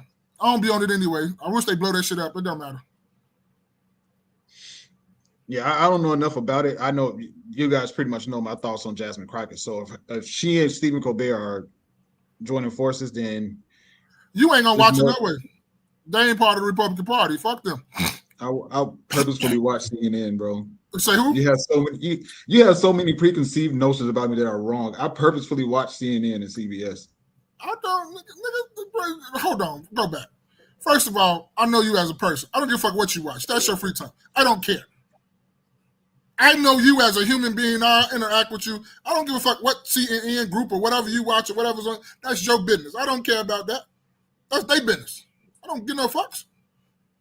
You can go watch fucking dogs for all I care. As long as you ain't watching kitty porn, we cool. Yeah, it's time to go. Yeah, you're right. It's time to go. Yeah, it's time to go.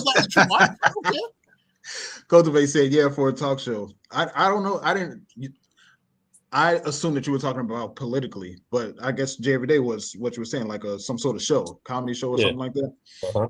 I thought you were talking about running for presidency, like vice president. What you call it, presidency? Yeah, I thought it was something political. If that's what the Democrats got to, you know what I'm saying? Yeah, we all fucked up. Get your money up. Get your money up. If that's what's going on. Yeah, that's just crazy. Another 4 years, man. Damn. So yeah. To be honest with you, motherfucker, really don't care, man. I'm starting to learn now. I'm getting like these old folks. Get your fucking money. That political shit do not fucking matter unless you vote on your local level. Get your money and stay the fuck out the way. Let them keep fighting like whatever the fuck they want to do. There goes the mesh for today. There it is. But thank you guys for kicking it with us. We put in a 2.5 piece today. You gonna be here next week? Me? Yeah, I'm gonna be out of the country. Oh, hey, the grind don't stop. I know it don't stop, but I'm saying because it's you know what's coming up for you. Yeah, I'll be here. Also, because that's your day, right? 25th.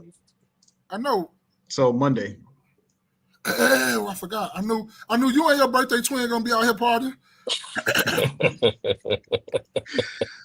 We'll talk a little bit more about that off stream, but facts. We finna link up. Yeah, so thank you guys for kicking it with us. Big shouts out to Will Hill and Will Hill Comedy and Third Post Media. Thank you guys for kicking it with us this whole time.